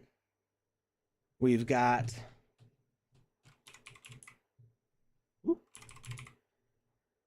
Little Bolt by Robotopkin. This one feels like a visual novel to me. But let me read what the judges said. First judge says, this was very interesting, creative concept for sure. Level design and even assets in areas are really well done. However, it did feel a little long-winded. I get it has many narrative sections, but it felt too boring for the actual action parts of the game. One thing I felt was really interesting was the use of the icons to press 1 through 5 to get the bar up. Oops. I just deleted all of the feedback. I got it back. Yay, Control Z. For the amount of narration, there really needed to be additional audio or sound effects happening, as otherwise it breaks the player out and makes it feel boring when in reality you have a decent game happening here. Yeah, I mean, it's important to make sure that there's enough spice, right? Like you can have like a really good cut of meat, but if you don't have enough salt and pepper and whatever other seasonings go with it, you know, the cooking's not going to go as well. So definitely the visuals are here. You play, I believe you play as a bolt that's like rolling around, which is an interesting concept, especially taking taking literally the little aspect of the game jam.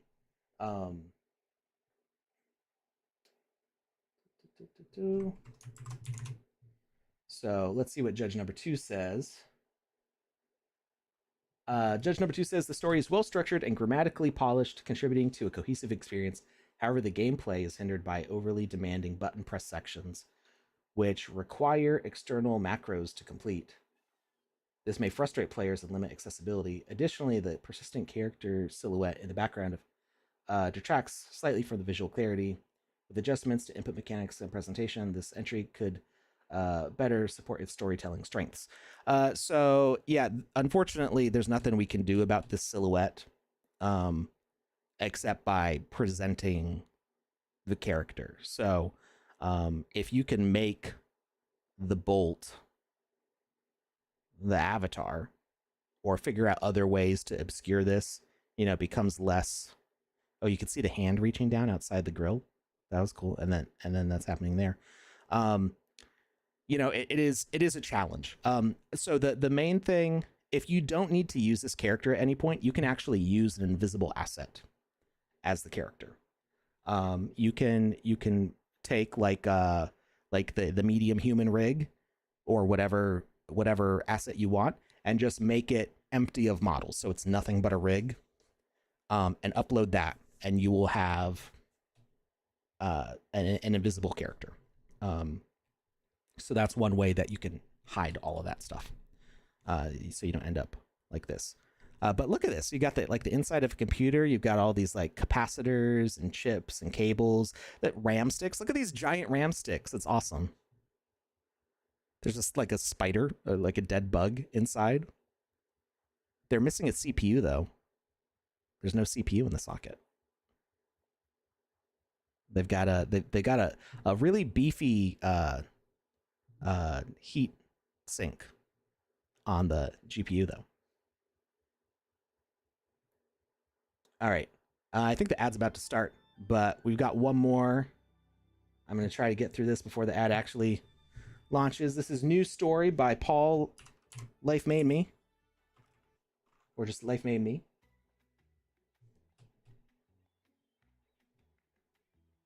Judge number 1 says...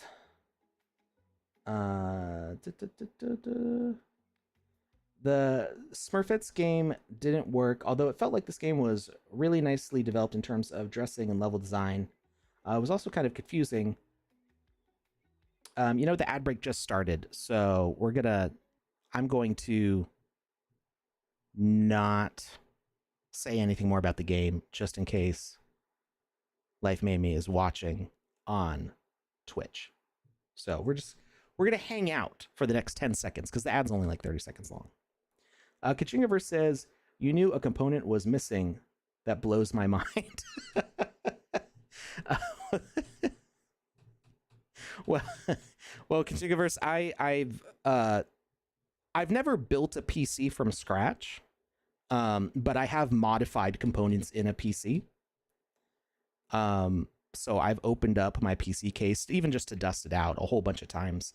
I would say that most PCs don't actually have capacitors like this. I think this model is actually a barrel. I think we got like barrels and like sci-fi canisters. Some of these are assets that come with the game maker. I think this GPU thing is custom, and the RAM is probably definitely custom. This looks like an actual RAM stick. And you definitely don't want a screw or a bolt stuck between your RAM.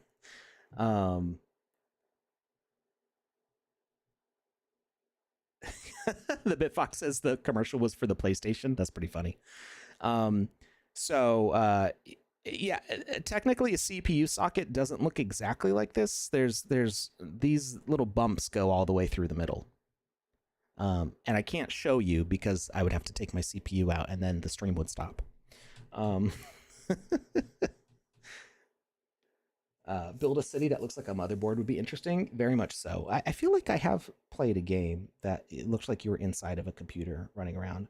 Although we did in the community clubhouse, it is very much like that also. Anyway, let's go back to Life Made Me's game now that the ad is over. Now that PlayStation is done taking advantage of us talking about PlayStation versus Xbox. So I do want to say I absolutely love this intro. Having the logo for a news story on this giant leaf visible through the water. Touch of brilliance. And it really shows off the new water shader that we have in the sandbox also. It just looks so nice.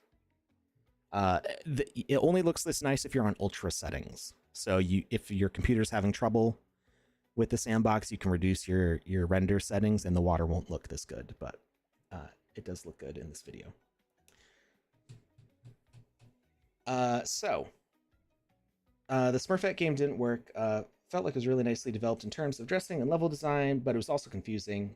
The Smurfs, even when a bubble, still sometimes had collisions close enough to spawn you back unless you went to. So this is talking about very specific mechanics. So as I have not played this specific experience, I'm a little confused as to what I'm reading, but all this information gets emailed to the creators, so they'll know what they're talking about.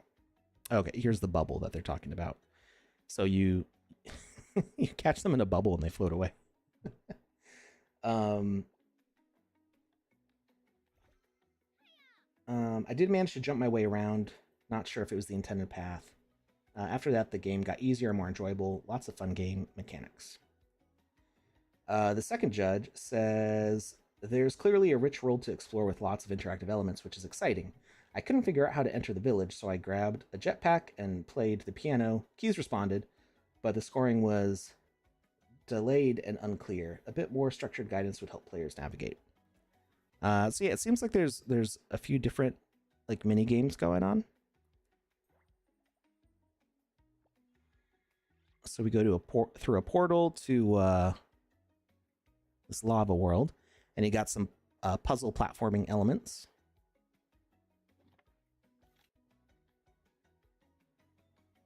Using the double jump.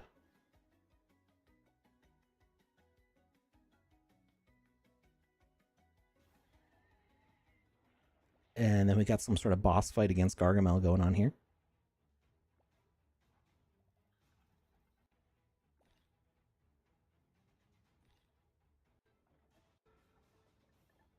Looks a little intense. Back to the village. And then yeah, you got a bunch of different like mini games going on in the village. That's cool.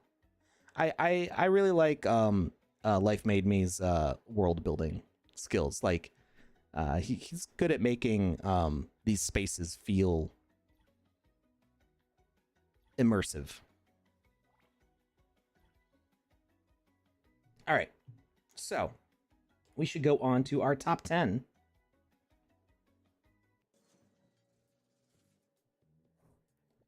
So in 10th place, we had Greater Work Studio.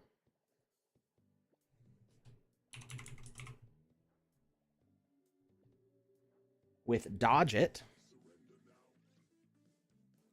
Wait, with that audio.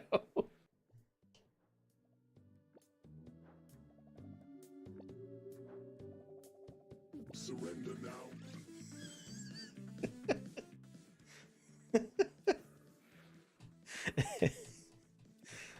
It reminds me of Zurg in Toy Story, which of course is referencing Darth Vader in Star Wars, but it just makes me think of that.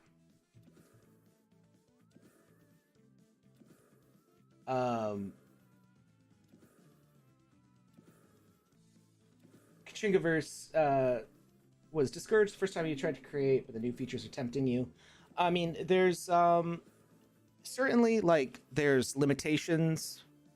Part of that's, you know, because the intention is to make this without code, make the tools as easy as possible for the easy mechanics. So when you want a more challenging or maybe more engaging mechanic, it does become difficult to make those because you have to make some pretty custom stuff, which can it's almost like a puzzle. I mean, as a creator in the space, I almost have as much fun making stuff as playing stuff because it does feel like a puzzle game trying to come up with the mechanics that you want. You envision something and you're like, how do I make this work? And sometimes you have to make some sacrifices because of the limitations of the game making tools. And then sometimes you see new features come in and go, oh, now I can do the thing that I wanted to do. So there's always a trade-off there of making the game tools accessible and then also giving all the tools that are needed. But yeah, we've got some really talented builders here who have been able to make things that at some points I wouldn't have thought were possible. At this point, I think pretty much anything is possible to some degree or another. It's pretty awesome. So this is, I think this is single player. These Smurfs are just following you, but it's like the Smurfs are your life, kind of like they can get eliminated. So they're almost like the balloons in Super Mario Kart, the battle mode.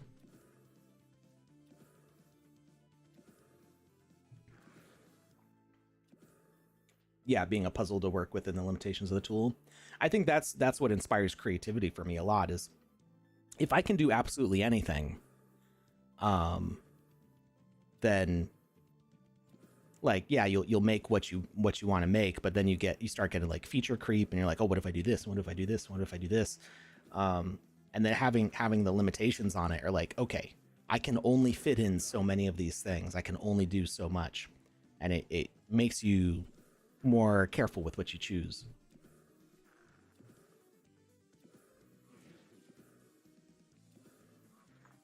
You got syringe rockets and scissors chasing you. Looks like some of the Smurfs got stuck in there. That can happen with followers if just the right setup can get them stuck in certain areas. Although they might actually be safer there, because it seems like the scissors are chasing after. Well, they are chasing after the followers, but they don't seem to be going after these guys.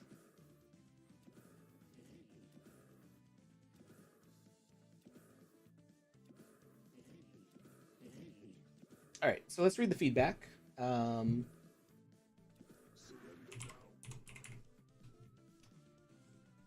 Judge 1 says, I really like this one. Well done.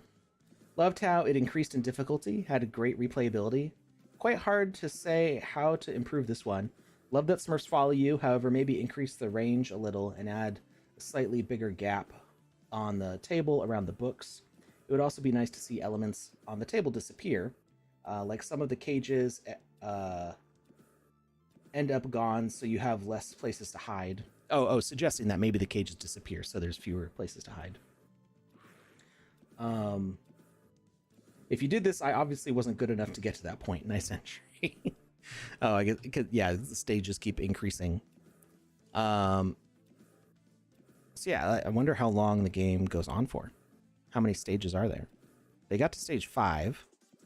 Oh, there is a final stage. Okay. Look at Gargamel is moving at the final stage. You just go, go, go, go. They also had a music change. Judge number 2 said, very cool, animated Gargamel throwing books at you. Gets a little redundant. And you can also kill your own Smurfs. So that's something to watch out for. So technically, I think that was kind of in the rules, is like they don't really want death involved with these things. Maybe that was more on the Teletubby side. I don't remember. It does become difficult because if you want to have any sort of health mechanic, it can be a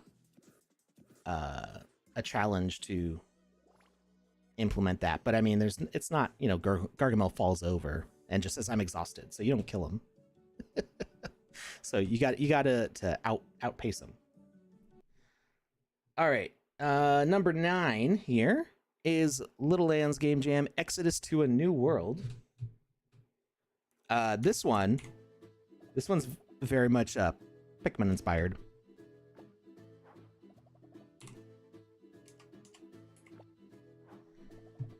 So judge number 1 says, audio would be a good addition. Well, I'm hearing music right now. Is that not in the game?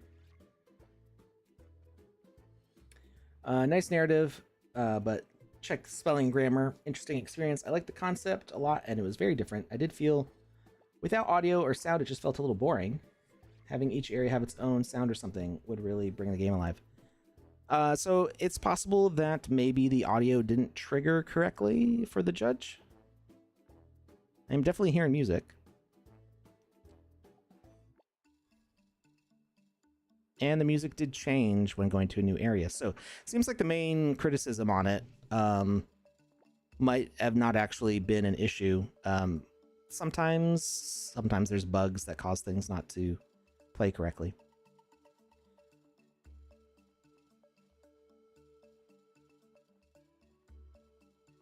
So you guide your little Smurfmen. Definitely not Pikmin.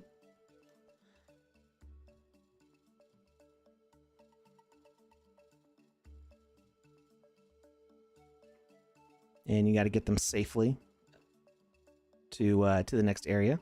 You gather a few more. I think I saw one fall in the water. So you probably got to avoid things like spikes, and you can't outrun them, or else, you know, they'll run all over the place and get into trouble.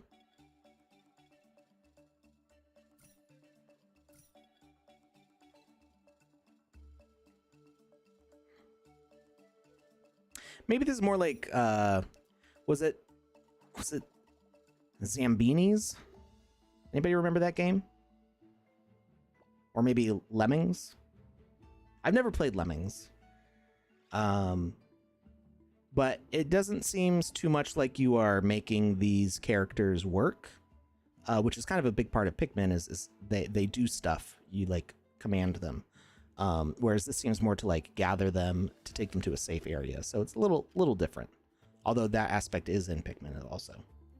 Romario Raven says Lemmings. Okay.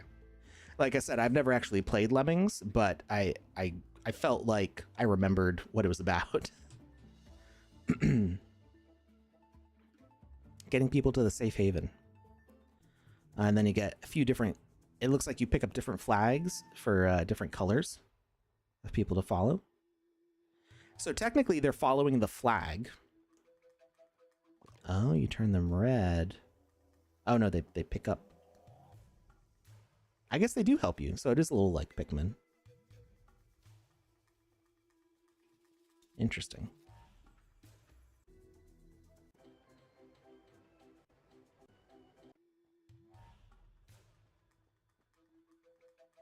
So you gather citizens and supplies. Not Jackie Chan says Lemmings 2 is one of my top 10 top 10 games of all time. Overlord on minimum. Ardox, I'm not sure what that means.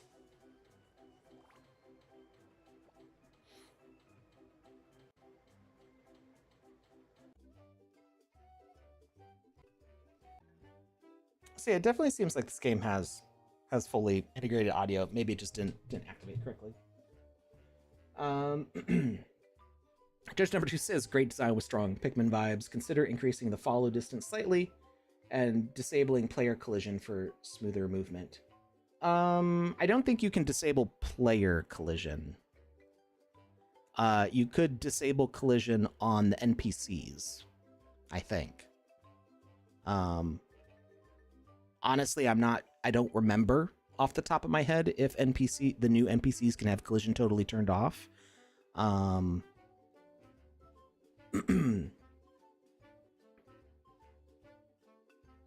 But yeah, the issue would be that you run into them. Now you can push them. I know that with the new NPCs, when you run into them, they get nudged a little bit, so you're less likely to get trapped by them. But they can still you can kind of like trip over them.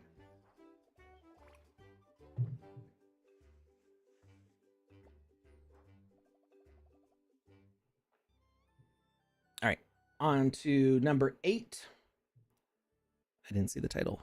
Muse Genie made Chasing Sunday. I think you're playing as like a bunny. You look like a bunny, I think. You're very cute, whatever you are. And you're trying to capture a butterfly to have as a pet. But then this jerk grabs it. What do you do with it? You throw a rock at it?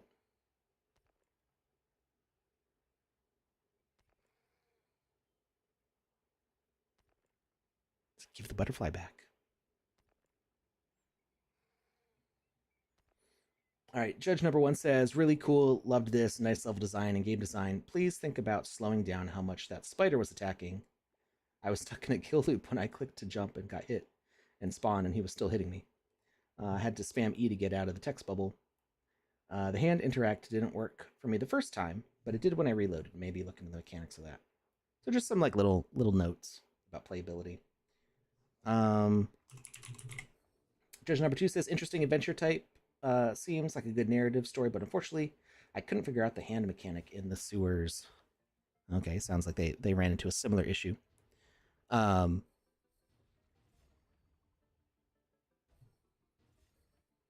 this is probably the spider that they were talking about getting stuck in a kill loop.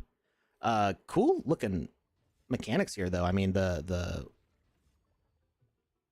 it's not ray casting. I'm not actually sure what that green line was.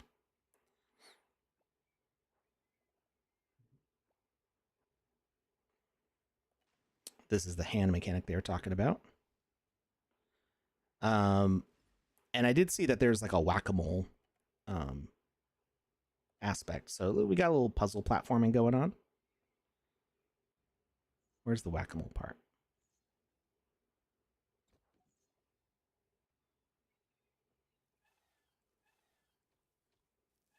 Oh, I don't like that. There's just bugs crawling all over. I'm not phobic. I just I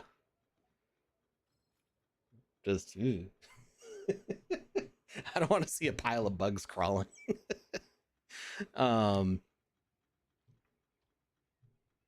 Where's the whack-a-mole section? So it seems like we've got a whole bunch of different things we can interact with here. Oh, you get some eye drops. Here's the whack-a-mole.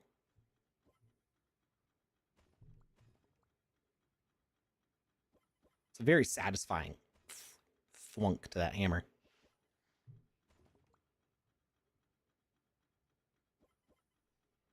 What's up with the six-legged spider? That is an old story. I don't want to say it's a long story because there's really not that much to it. It's just an old story. Somebody made that spider model back in like 2020. And it had 6 legs. I don't know if they didn't know that spiders have 8 legs or if they just didn't feel like animating 8 legs. But that was just the way they designed it. And then that got made the template. And eventually I made the executive decision to say it is a spiderling. It's not a spider, it's a spiderling. And a spiderling is a fantasy creature. It's a spider that has 6 legs.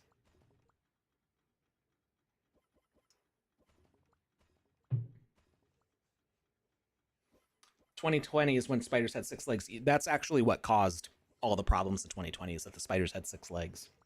It's a little known fact. COVID gave them 2 extra legs since then. Everyone knows this. Oh, yeah, actually, they did. People forget that they had 6 legs before 2020. And then the spiders got COVID and they gave them 2 extra legs. That's definitely what happened.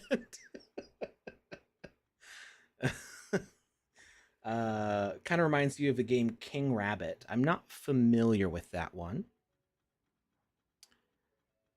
But yeah, it gave you a bunch of different items that do different things. You fill up a water bottle. That looks cool.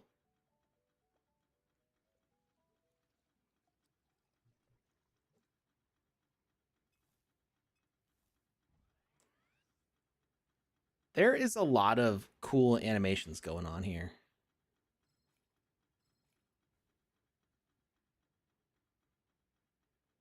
Super creative.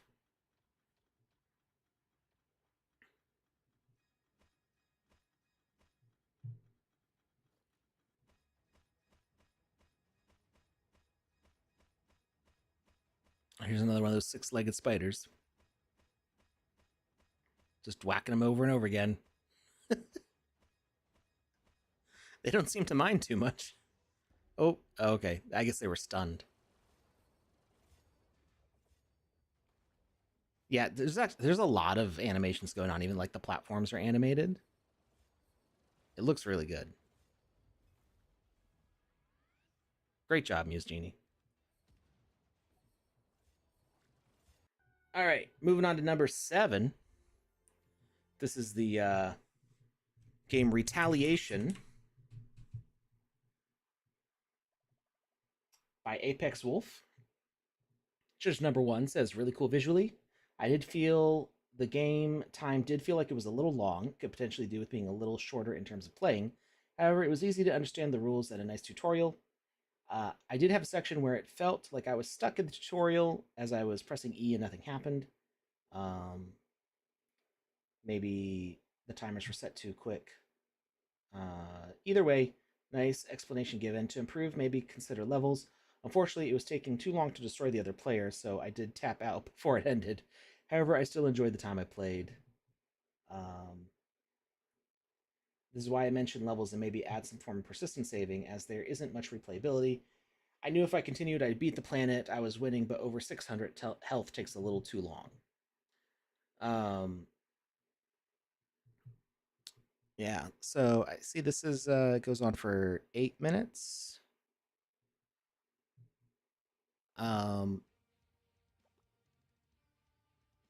Now the judges do have to play, but there were about 50 entries, so they do have a lot of games to get through with this. So if things are kind of a slow pace, it doesn't seem like there's going to be much change. They do sometimes move on. I did notice when I was editing the video for this that the delays between things were kind of slow. Now, some of that might be to enable all the mechanics going on behind the scenes to process and go through the various math things that they have to do. But you do want to keep things at a nice snappy pace to keep players engaged, because if they feel like it's taking too long for anything to happen, they may decide to move on to something else.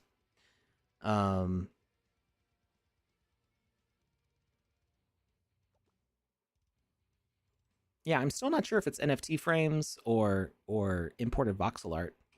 I kind of see pixels here, so it could be voxel art. But some of them are really tiny. Like looking at the little lines here compared to here, it might actually be NFT frames.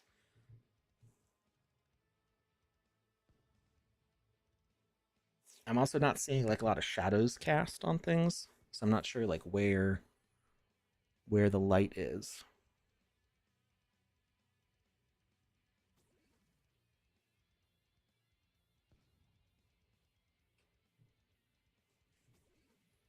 Right, and judge number 2 says a lot of guesswork to predict which cards the enemy will use. Would it help to have mulligan cards? Good start with great potential for a nice card battle game in the sandbox. So I mean, they want to see more stuff like this happening. I'd say just make the pacing a little bit snappier. Maybe reduce the health, so that way you have multiple levels. Like you can make later levels longer once players are really engaged, and then use saving to kind of resume progress. Lambdo87 says, "Wow, this experience was made in the sandbox. Congratulations!" Yeah, this was 7th place. I think I said, right? Yeah, 7th place in Game Jam. So, yeah, I'm staring at these graphics, and I'm thinking it must be NFT frames, just because I'm looking at like the pixels on the edges of the card here, and like I can see the square of a pixel, but then I look at something like the planet here, and there's little lines that are smaller. So I'm thinking some of it must be NFT frames importing images. Maybe not all of it, but some of it. And I see like, we're using VFX for the various things that are happening on these, but yeah, it's impressively set up. Like it totally doesn't. If it didn't have like the HP bars and the other elements around it, like you wouldn't know. What happens when you press WASD? I don't know. I imagine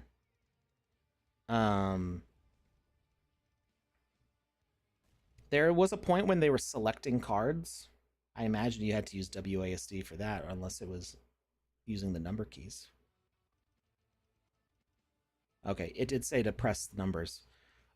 So I'm guessing that maybe WASD isn't used in this one, so they may have like effectively locked the player into an area, which you can do. You know, put them in a little box where they can't move anywhere. And then like you might see like a little bit of a shift if you try to like running in a circle or something inside the small space that you're in. Oh, I see a cloud. You see that drifting at the top there? There was a little sky cloud, as opposed to all the ground clouds. We call them fog. Um, but yeah, that's little clouds rendering in at the top. That's funny. So that's how you can tell it's a sandbox game. Those clouds. And let's see. They do. I think they do win here.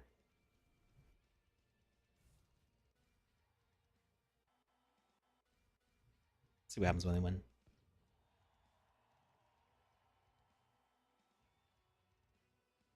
You get a little meteor shower. Ah, see what I was saying about having a character that's like invisible? Like you can't see that little block.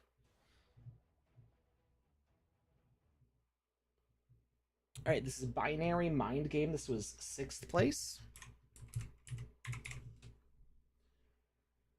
And this one is by Nancy Lill. Judge 1 says, nice experience, cool concept. Felt a little bit too long for replayability. Didn't feel too on theme, but not so off the theme given how ambiguous the theme could have been taken, meaning just like small spaces. It felt like a little too much was happening, and felt over explained. Having a simple rule board in the game area instead of a huge area for learning the different elements might have made more sense. So it sounds like the tutorial area was maybe too large. So sometimes it's helpful to have the learning space be simplified, so that way you can focus on just the elements that you need to learn and there's not too much going on the screen at once. And then once you get into the actual game, you can start ramping up how complex it is. The players kind of are already familiar with it. You can start adding in more things. It's like, it's like learning how to do anything. You don't want to have all the detail in front of you all at once, because it can just be overwhelming.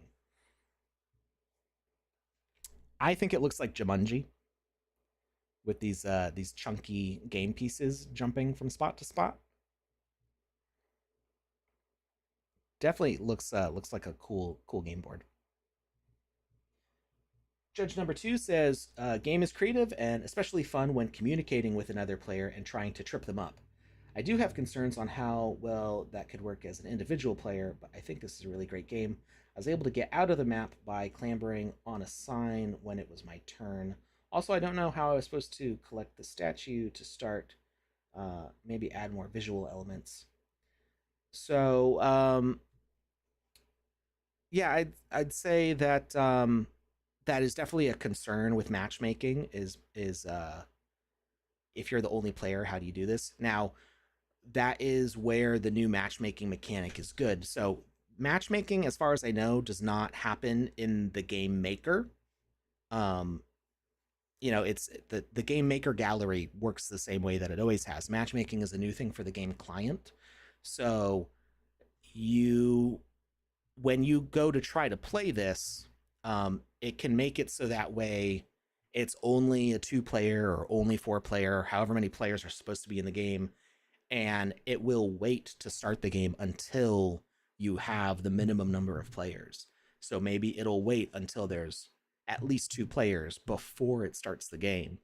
And then once the game is started, and it's like a 30-second time period. So like once you have 2 players, it'll start like a 30-second countdown, and more players can join. But then you could say, okay, now that the game is starting, those 30 seconds are up. no more new players can join. So you have, say, 3 players, and a fourth player can't jump in the middle of the game. Those are all options that you have in the Game Maker now. So that's very important for something like a board game where you can't just come and go in the middle of a match. That will not necessarily reflect the same way in the Game Maker gallery, because that matchmaking mechanic isn't in there. But once this is published to land with the game client, I think players will have a better time finding a match. Let's see. Ajay says it may be a combination of 4 objects with 250 pixels, maybe. That's possible, although I think they'd be really far away from the camera at that point. So I wonder if like distance fog would become an issue with having the objects that far away. And I didn't notice a lot of like shading that I would expect with depth effects, so it felt like it was a pretty flat plane to play on. But it's just really hard to tell, and I think that's a credit to was it Muse Genie? Who was it? Not Muse Genie.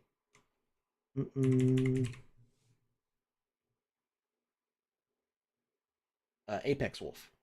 For the last game we're looking at, the Retaliation.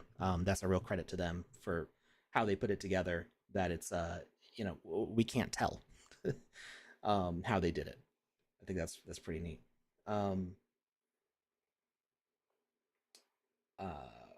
Renga Apes Club says, I like this one. Yeah, I see, board games are not really my thing.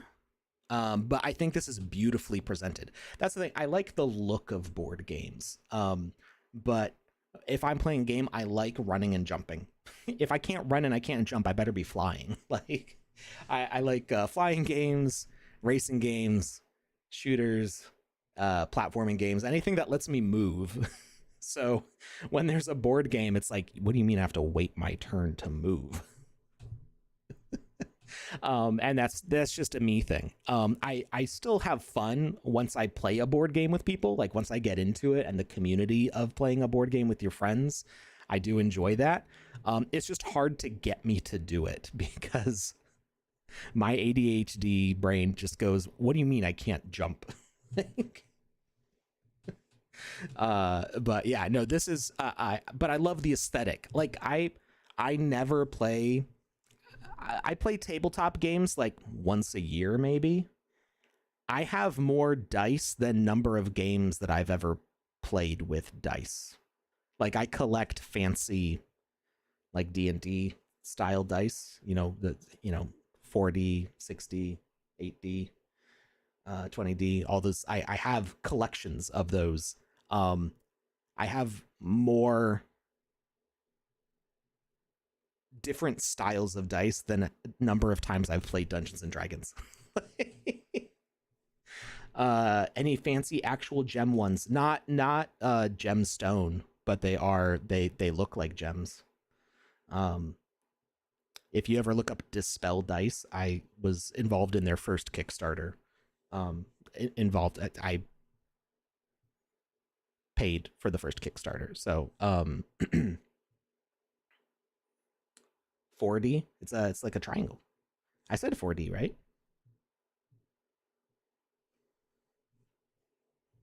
Yes, it's possible. It's 4 triangles.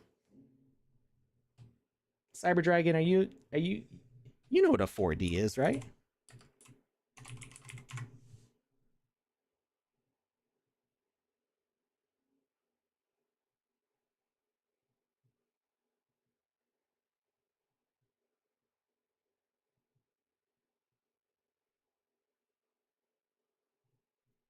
This is a 4D dice.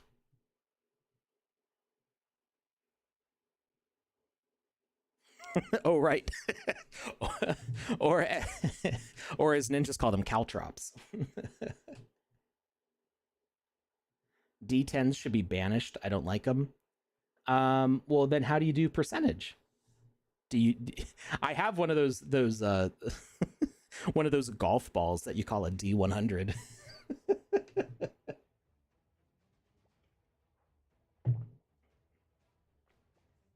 how to count. But anyway, like I was saying, I love the aesthetic of board games, and I think this is a beautifully made board game. Like I said, it looks like Jumanji to me. I love the brown and green of these cards that look so like earthy, along with all the foliage around the board. The way they did these swirly. I don't even know. This isn't a VFX, is it? I'm not entirely sure how they did these swirls. It looks like voxel art because they're not changing.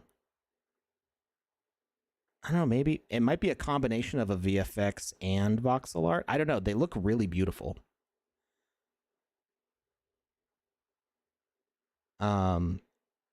So I like those swirls, the portal assets they have here. Like, this is a beautifully crafted board game. And that's coming from somebody who is not, this isn't the kind of game that I jump to play. I'm not like, oh yeah, I gotta play a board game. Like I wanna run and jump on something. But yes, it is beautiful to look at. D10s are not a platonic solid. Use 3 times D4s to do percentage. I have a whole thing about it. I feel like we talked about this when we were playing your chess game. Rosham Chess? Is that what? Did I get the name right?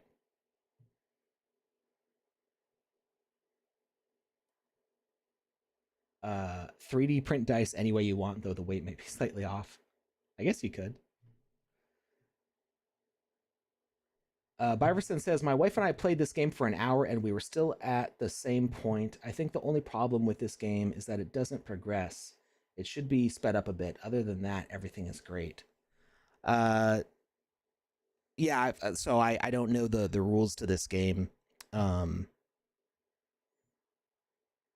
But that's certainly, like, balancing board games is always a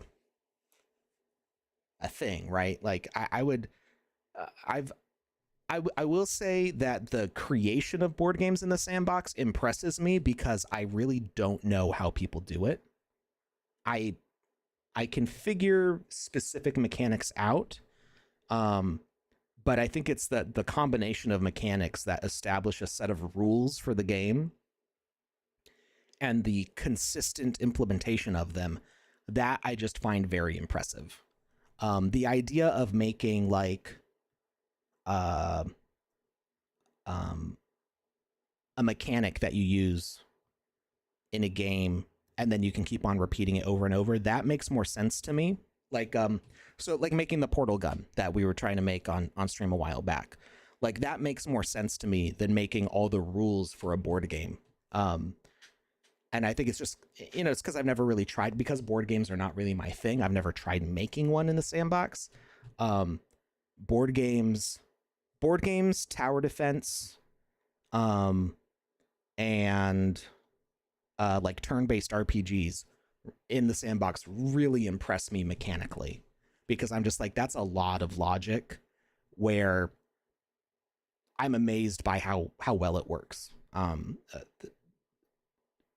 Like I said, I think I could figure out individual things, but putting it all together in a cohesive set where the game just runs, I'm like, that's like magic to me. So my uneducated suggestion on doing a board game in the sandbox would be make it on paper first. Have your coin flips, have your dice rolls, have your cards, have your spaces, and do all of your game balancing from real experience playing with other people first. Because I imagine fixing the logic once you've made all of this in the Game Maker is probably a lot harder than it is like, oh, I made a platformer and this jump is a little bit too long. Okay, I need to add a block so that way the player can make the jump. That feels like a really simple fix. I feel like trying to fix the balancing of a whole game once it's made like this would be really difficult. So I would suggest working out all those kinks in real life, on paper.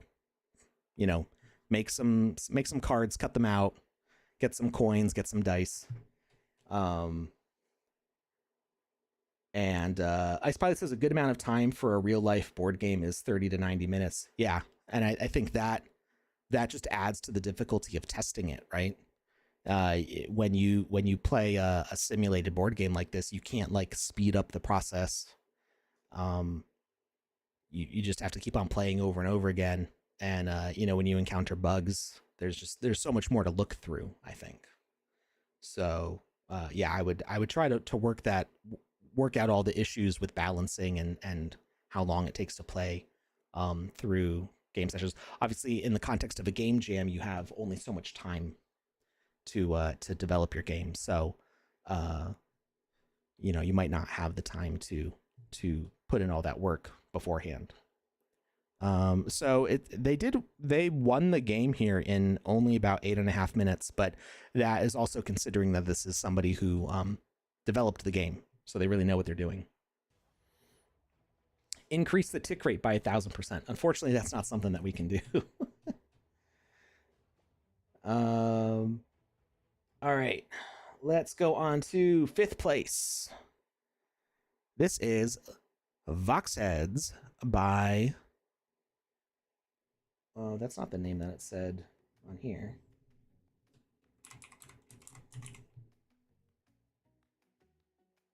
Oh, I guess it does say the Reject Magnet. I don't think that was the team name. Oh, Bago Games. That's who it is. So Bago Games here made like a puzzle platformer where you've got to throw these little guys, and then you teleport to where they go. It looks like they made most of the colors as emissive or glowing, because they're all like in this even bright light color, which is gives it a different visual feel. It feels a little more like kind of like Fall Guys a little bit with the colors. So the first just says, cool game, nice concept, and something a little different. What I think needs improving is areas of your level design. Overall, it was very well done. However, near the start, I kept going the wrong way, as I had 3 options of what way to go and automatically went towards the red wheel lever, as that was where the yellow Vox head was. There were some other areas similar to this. Early in the game, you want it to be fairly clear for your player. So yeah, you don't want to give too many options at the start of the game that could mislead them until you establish, what they know, how the game is supposed to work, and then you can start mixing it up on them. Judge number 2 says, colorful platform using teleport and other mechanics. I felt like it was a little difficult to determine which color did what when you're taking them away from the signs that explains it. So maybe I guess, let's see, it says at the beginning. So you press E to pick and throw. Let's see how we could improve that.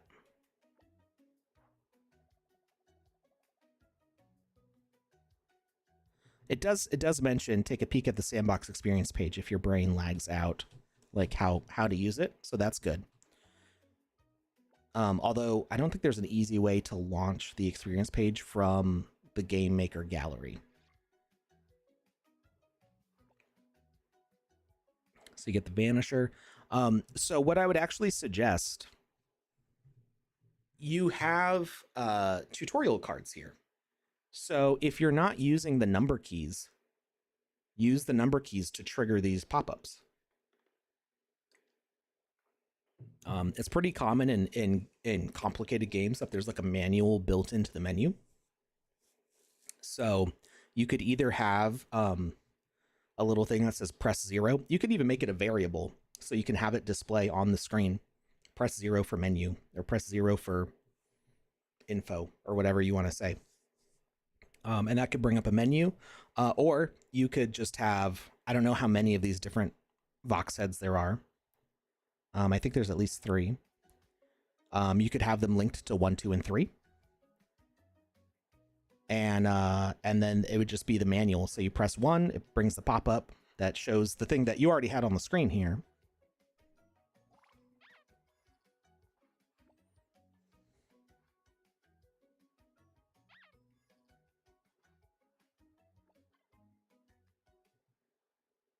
Deal with VoxBots. Grab and throw the flatinator with E. Throw next to a VoxBot. Press left mouse button to explode. Don't worry, only VoxBots will be damaged.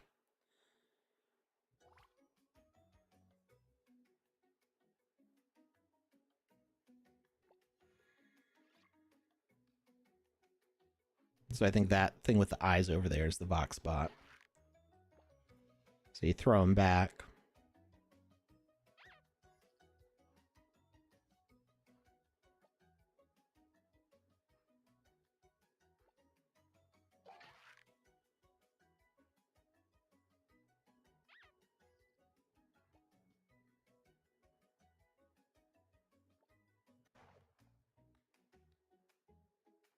Okay, so yeah, you throw it. So yeah, I would just suggest, because it doesn't look like the number keys are being used for anything else, I would just suggest having a manual. Just call up those cards with the number keys. I think that's the easiest solution. And basically the logic's already there. Just whatever message you use to trigger those messages in the first place, just also send them with the number keys. Oh, hey, Mark Baca Games is here. Congratulations on your 5th place win. Byverson says, Voxheads is my favorite game in this jam. Had some flaws, but really enjoyed playing it. Beginning of the game is like a small tutorial. I think it explains well what each Voxhead color does. Yeah, and I think it's good that it mentions that you can like remind yourself what they do by checking the experience page. But I think also just triggering them from the numbers it means that you don't have to have them navigate to somewhere else. Not Jackie Chan says, this is the kind of game I like to see. Quicksilver, what time does the stream last? So we've got about another 30 minutes. So we've got the last couple games to go over, and then we're going to try playing the first place winner. So we're not going to take too much longer on these this feedback. So this one was a Jay's. This is My Little Garden. Judge number 1 says, really fun experience with great level design. Only thing that felt off was how the bar had the red bottom and top and green in the middle. Makes me think hitting the middle is the lightest option and reds would be hardest, but clicking on red at the lower end of the bar didn't go as high as the upper part. Maybe this is explained in the tutorial section, but visually it is confusing. Other than that, really well done. Impressed with good replayability. The tutorial section did need to be shorter. So yeah, it actually, it looks like we're looking at the instructions for that right now. There we go. So, judge number 1, I think it was going through the tutorials a little bit too fast. Hold your shot to build up power. Release when the marker hits the green spot for maximum power. Too weak, the arrow won't reach. Too strong, you'll overshoot. Just right, hit the bullseye. Master your timing plus power to become a true archer.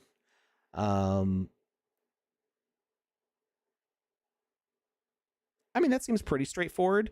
I guess the question here is does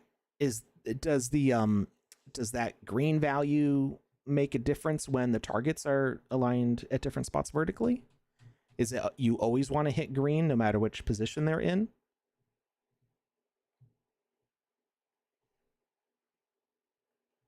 I would think that to me it makes sense that it's in the middle. But I guess there's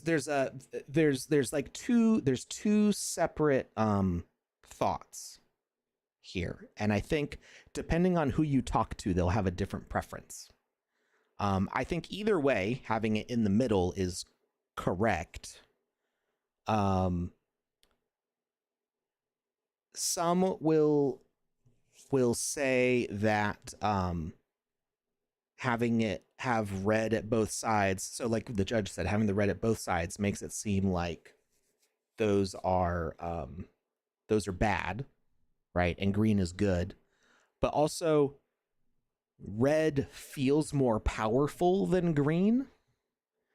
So when you start thinking about color theory and what people associate with different colors, red is more powerful than green, right? So typically you would see a bar like this where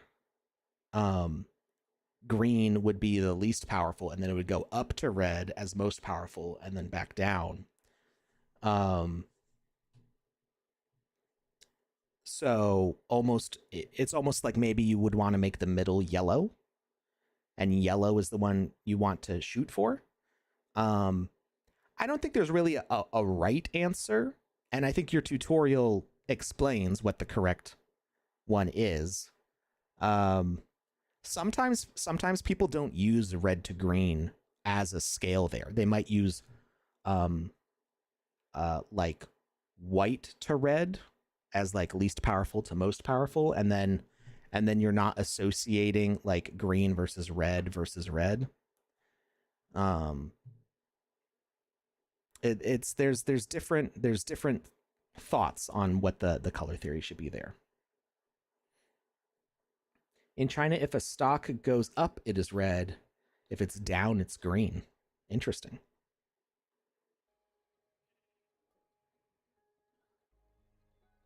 So, and yeah, it's not even just like culturally it can be different, right? So like it's, in like Western culture, green is good, red is bad, right? Red ink on your schoolwork means that you made mistakes, right? Green means go, red means stop. So there's like a lot of different things that we associate colors with that sometimes conflict with each other. So that's part of the danger of having it be based on color. Another thing that it could be for this bar is having it instead of it being linear, have it be, or instead of like it being parallel, a straight line, have it get wider at the top, indicating more power at the top, less power at the bottom. And then sometimes people might want to put like a little marker in here going like, this is what you want to hit. But like I said, I think the tutorial made it clear, and the judge did point out that they didn't notice if the tutorial explained it. So I think they either skipped the tutorial or went through it too quickly. So they didn't catch it. Which some players will do, right? You'll have players who skip the tutorial, then it's like, oh, well, what? Now what do they do?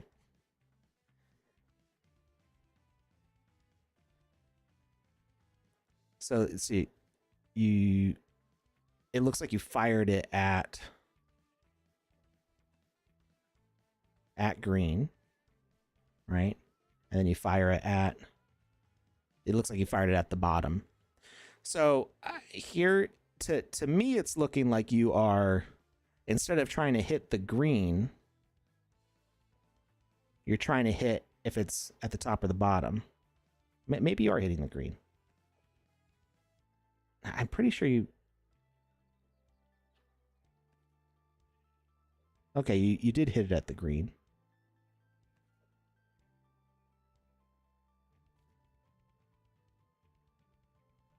It's kind of hard to tell because I'm trying to look at separate things at the same time. I'm trying to see when the Smurf moves for the interact.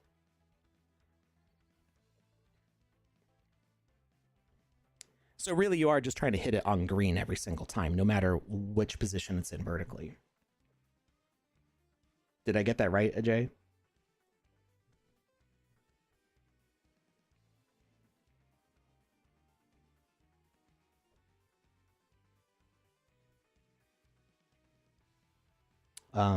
So yeah, I mean, there's different ways to convey it. I think as long as the tutorial is consistent with the gameplay, you're good. People will just have different preferences on how they read things. I don't think it's necessarily a mistake. I think it's just like I said, culturally, like different countries, as not Jackie Chan pointed out, would like view red versus green in different ways. So it's not really like a right or wrong thing. I think it's just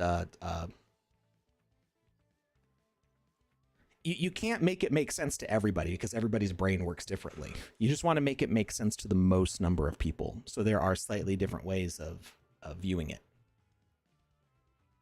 Byerson says you always shoot green. Reds are useless. I tried every combination. As long as you shoot green, you hit without missing. Red only causes a miss.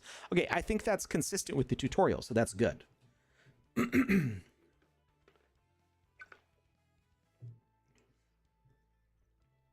All right, let's see.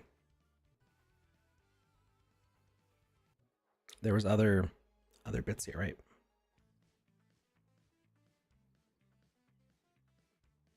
A plant has fallen.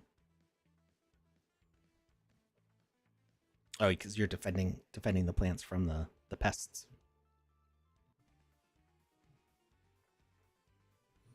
All right, let's go to number 3 here.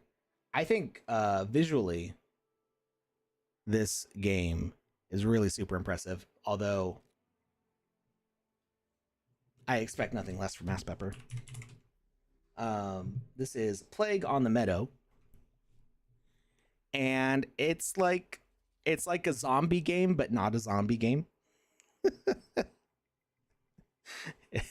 The mantises have been infected by, I'm guessing, a brain controlling fungus because they're covered in little teeny tiny mushrooms. Okay, this is, I guess, this is technically The Last of Us for bugs. A Bug's Life, The Last of Us.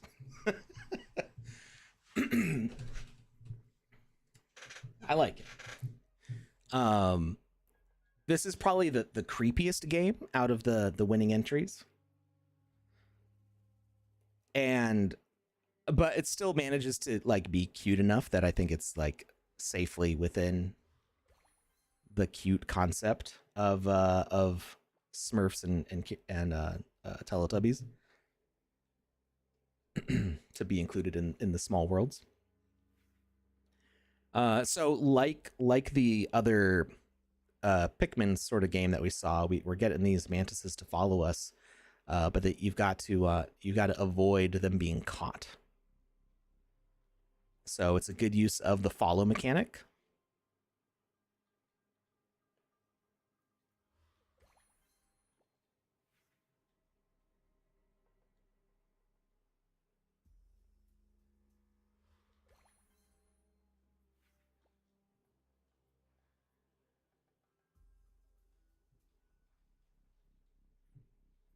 Looking at what the first judge says, lovely experience. Please note, I did experience crashes twice with this, but did eventually manage to load and play. Please look into a way that you might be able to optimize the experience. Concept was great, lots of fun. Loved the big books and selecting the pages. Visually well done. Different game mechanics made it interesting. If you haven't already looked into adding save data for a single player, hold on a second. They just suggested making sure that you can use saves with it. Look at balancing the mechanics to make sure that players don't give up.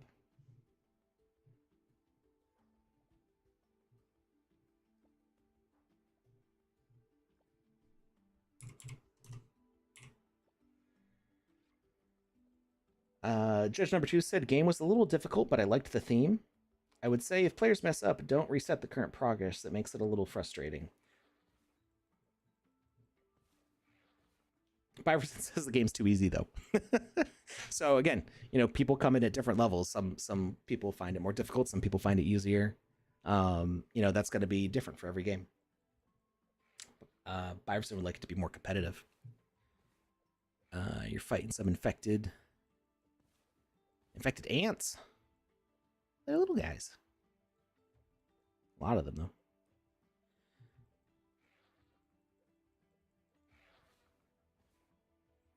though. So we got a couple different like chapters in the book that have different mechanics as a result.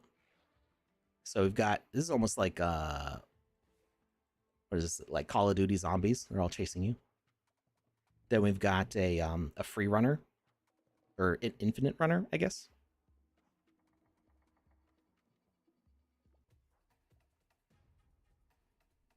It changed camera angles. That's pretty cool.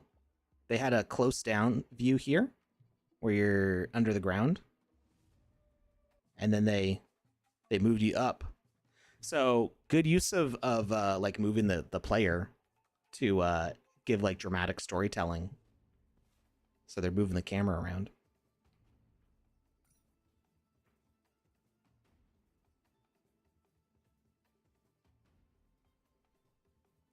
At first, I thought this was like one of those the mobile game ads you see where they're like you're running down a path and you have to like shoot the gun at like a number until you get the multiplier, and then you have two guns or whatever.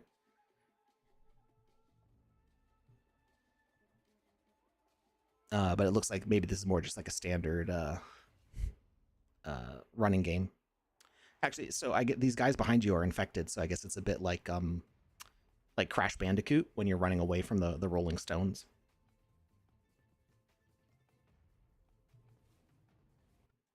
And then you got last chapter here, which is like a boss fight against the infected tarantula here,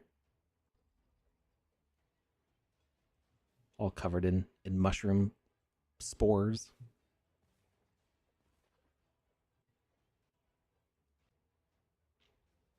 I think it's a really good presentation.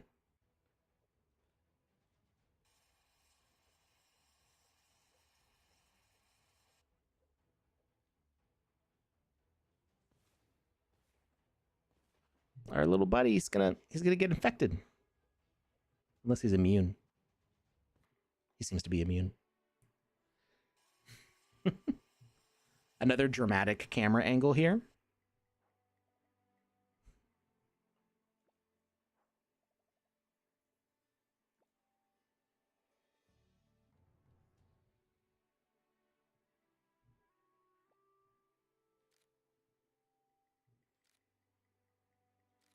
And we still got the chapter select. So yeah, definitely having chapter select along with save, showing like the clear and how many stars you got, that adds a lot of replayability to make sure that you come back and go like, oh, I only got 2 stars on the mission. I want to come back and try it again. All right, and then last one before our ad break here is second place, Fairy and the Bee, the Odyssey.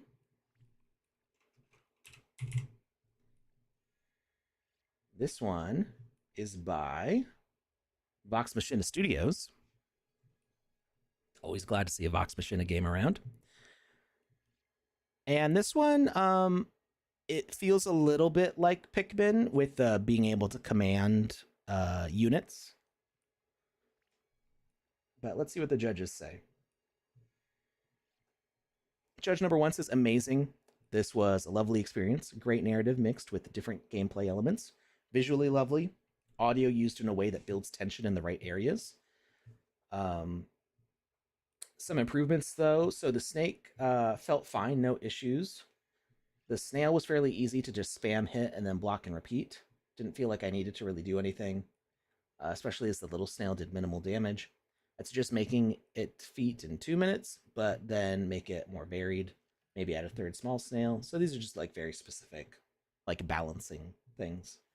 Final boss loved it, though it final boss loved it, thought it was fun with different elements incorporated. The second judge says, creative game with the use of the worker bees to overcome objectives. Game functions well. Did have a crash on the boss engage. Overall, nice experience.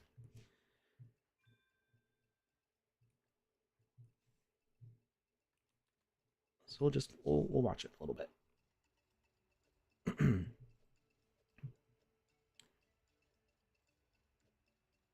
So you send over your bee units. You've got workers, total colony, flower sap, scouts. They can move things around for you.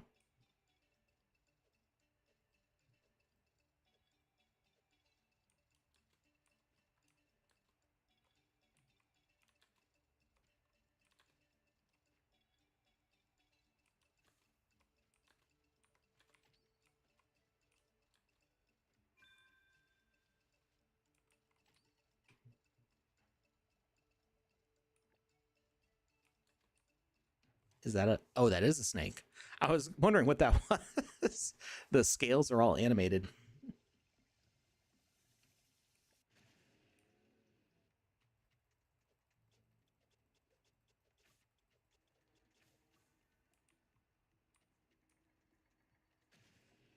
Let's see. Byverson said that is a bit of a mixed bag because it was a resource management game that switched to adventure and ended up going for narrative. Everything just happens on its own. I think that I've actually seen, I think, an increase in games that are mixing up genres. I think that part of it is because games that are very dedicated to being on one genre sometimes get accused of being, and I don't know that this is a conscious decision on creators, but sometimes when a game is very much locked into one genre, it's like, oh well, it's just a Metroidvania and it's just like all the other Metroidvanias. So sometimes creators want to mix it up by being like, oh well, this is kind of a combination of two different genres, so that way it feels a little more original. And I kind of I enjoy both things. Um, like I like when games are just the thing that they are. Like I still like Super Mario Brothers, and I like other platformers that are just a platformer. They don't need to be anything but just a platformer to me. Um, but I also still have fun when they introduce mechanics and things that are maybe novel for that genre. So it's a mix. Anyway, we've got the ad break going, so Twitch can't see me right now, but we are gonna switch over to the Game Maker. Gonna get that launched.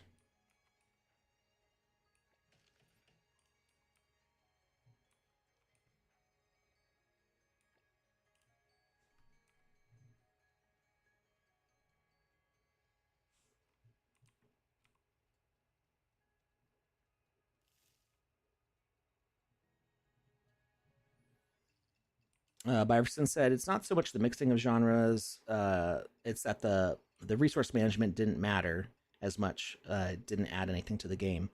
Um, so yeah, having not played this, I'm not sure what the intent with the resource management is. I would think that maybe looking at the way the game is set up, sending out the followers, I would want the resource management to affect how powerful I am. And that I think kind of brings it back to Pikmin style games, where like we get these is it the workers that we send out or the scouts when we are sending stuff out? I think we have 16 scouts and 4 workers. Right. So we're sending out scouts. Um I would what I would want to see as a player is that um the resource management aspect of it would increase the number of scouts that I have to use. So what ends up happening is like I'm off adventuring and then I run out of scouts. They either I do love the way these bees like follow along though. They look really cute pushing the teddy bear along. Um I would want the I would want to be using my scouts and that number to go down, and I use my workers or whatever to be able to acquire more scouts, whether they level up from workers to scouts or they more scouts are hatched from eggs. Um, you can't finish scout. I don't know what that means, but I just mean that they should be an expendable resource, and the resource management aspect of the game is what gives me more of them. So it makes me stronger to fight. Oh, Vanguard. Oh, is that what you were talking about? Or did we switch to a different type of bee? I think we switched from Scout to Vanguard because now they're attacking. then you recall them. Well, so Byverson, I don't know if you've played Pikmin, but that's kind of how it works in Pikmin. That you use the Pikmin to solve the puzzles. So the way it works in Pikmin is that, say an object is so heavy that it takes 50 Pikmin to carry it, and you only can hold you only have, say, 40 Pikmin. So you have to go and find more Pikmin to add to your colony, so that way they can help lift that object. That's where it becomes a resource management game. You also, at the start of the game, you can only have so many follow you at one time. So you have to level things up where you can command more at once. So that's where the resource management game can be used in puzzle solving, because you may only be able to move, say, 10 workers, and something requires 20 workers. Well, you're going to have to level up your ability to summon more workers and bring them with you. There can also be hazards that might kill some of the workers. So, they fall in the water and they can't swim out. So now some of your worker bees have drowned, and you need to go find more workers or hatch more workers, whatever the process might be. So, while the balancing might be off for this game, in that you're not running out of resources, so the resource management aspect of it might not be strong enough. I think it can still work if it's balanced to where you do actually have to care about those resources and manage them well.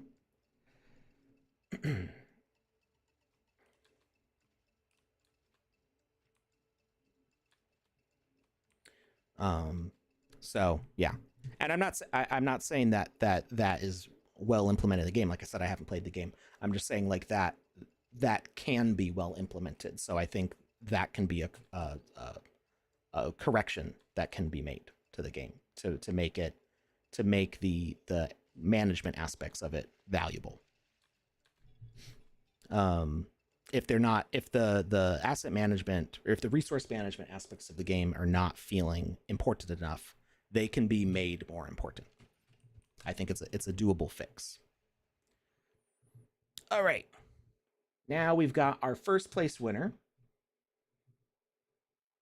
That is Honeymoon by Lockle. Oh, I'm in the wrong place.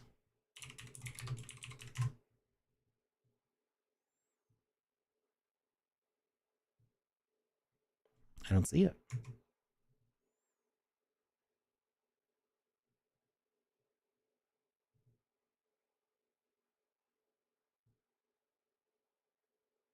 It says 0.11.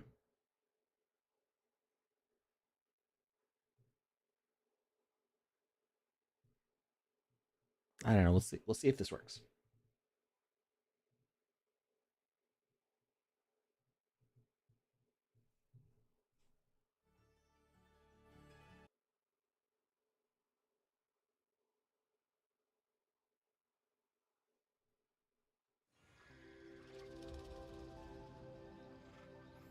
All right, you've been called to protect the honeymoon. Seek the queen bee.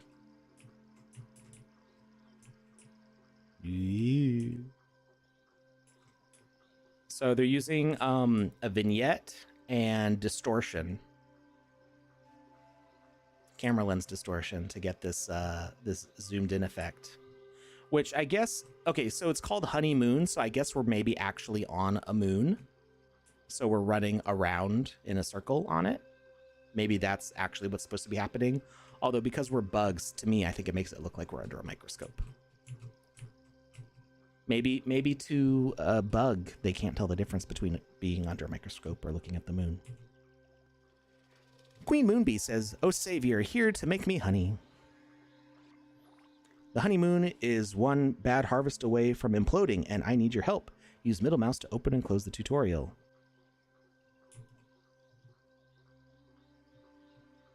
Woo! Aim, collect as much honey as possible for the queen moonbee. How to play, press 1 through 4 to equip different skills. Sow, water, nurture, kaboom. Plant seeds and water them to grow flowers.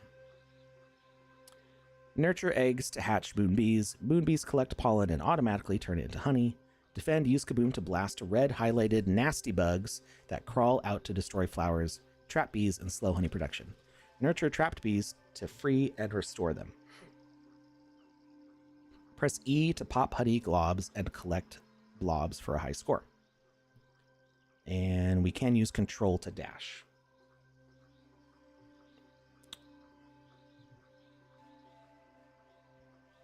Do we have a timer on this? We got waves, honey score, score multiplier, active bees.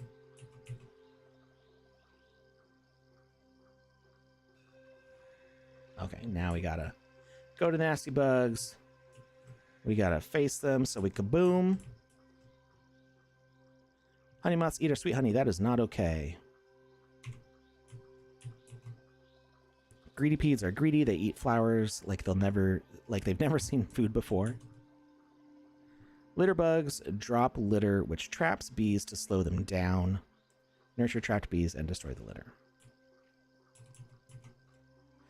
We've got this trail. The trail behind us is so slow. Plant seeds don't my garden grow. Right click uses a selected skill. Nurture bees and collect honey. We've got this. Oh, okay. I don't think I talked to that one. Plant a garden. So we need a sow, which is 1. Do we do it like on these spots? Does this matter?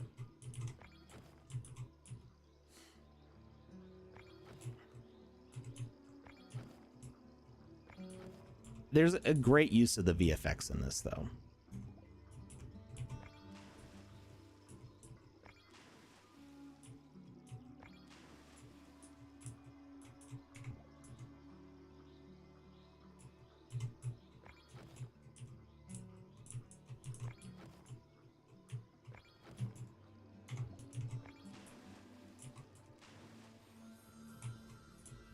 Wave 2.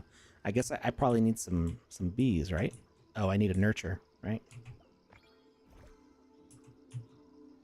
Hey, we made bees. Okay. Oh, something dramatic happened. Something's throwing stuff at us. What is that? I see exclamations. No. Away with you.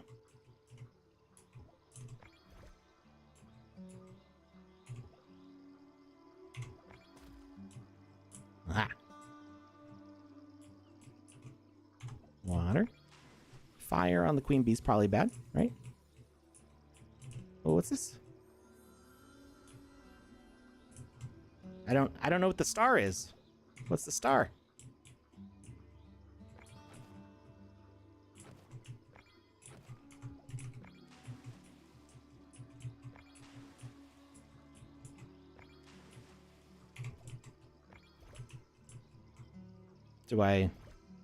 Do I kaboom it?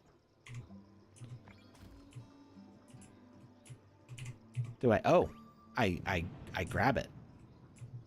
I still don't know what the star was. Oh.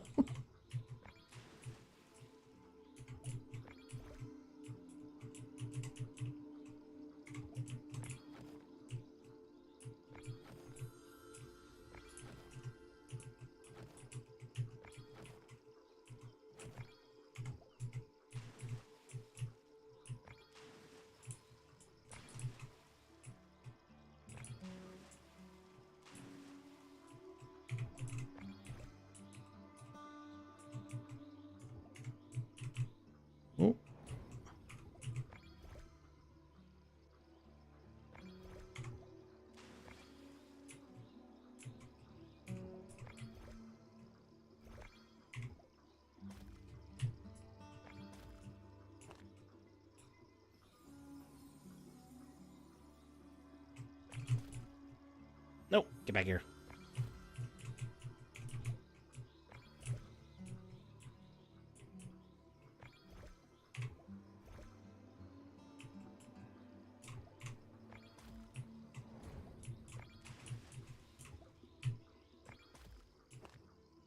Oh, it left a mess. I don't know what that did. What is that, like toxic? Can I clean it? Yay, I made it go away.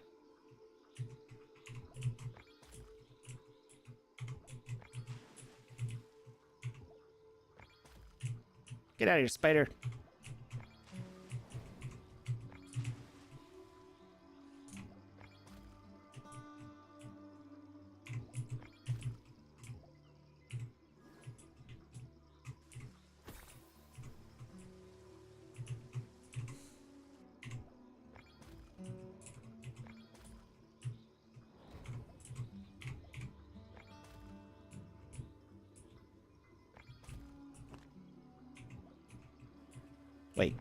Wait, do I blow up my own plants?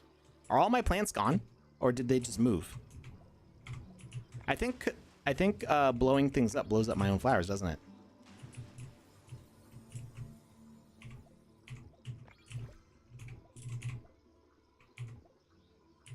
Ah! There's a little too much happening now.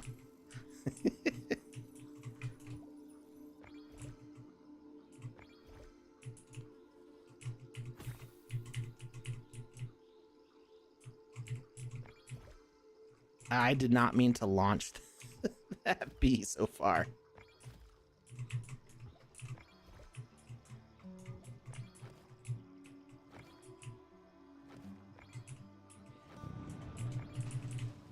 Spooky noises.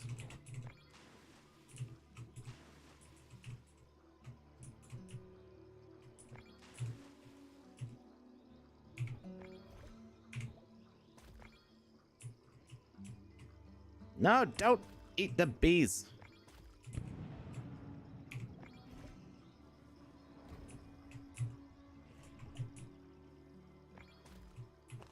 Wait, was it getting bigger?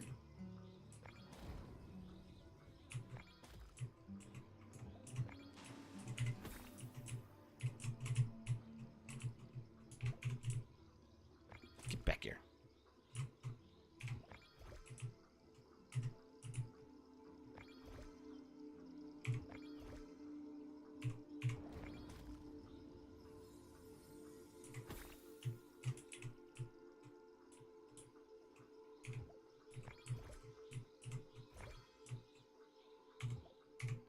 I feel like I don't have enough time to plant flowers because there's too many other things happening.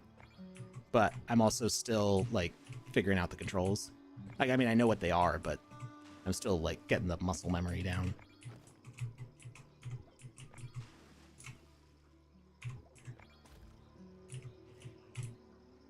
No, stop eating my flowers. Rude.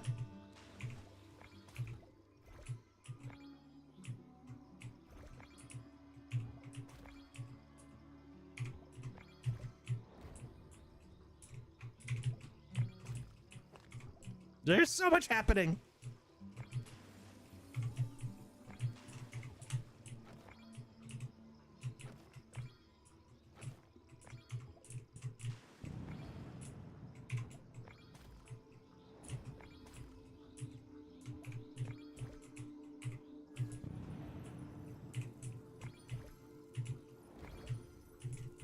No, the queen bee's on fire.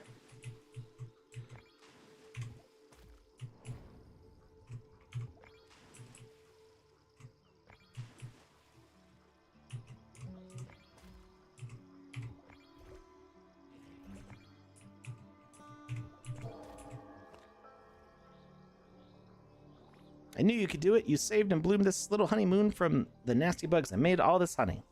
376. I feel like the number's not very good. Sweet sticky honey. Thanks for your help, oh sugary one. Farewell. Okay, I do love it. I would say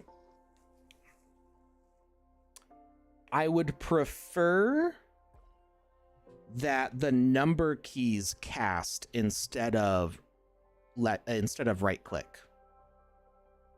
I feel like I want to just press the numbers instead of having to select and then click.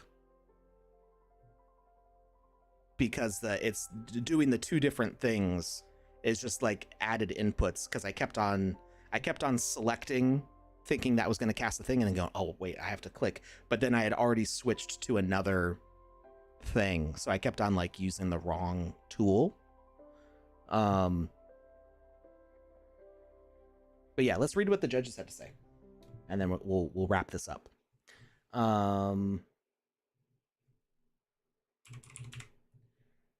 So first judge said, really interesting concept. I enjoyed this. Very different and cute game. It did take me a minute to realize what to do. However, that might be a user error on my side, as it literally did say on the side of the screen to right click, and I kept trying to interact.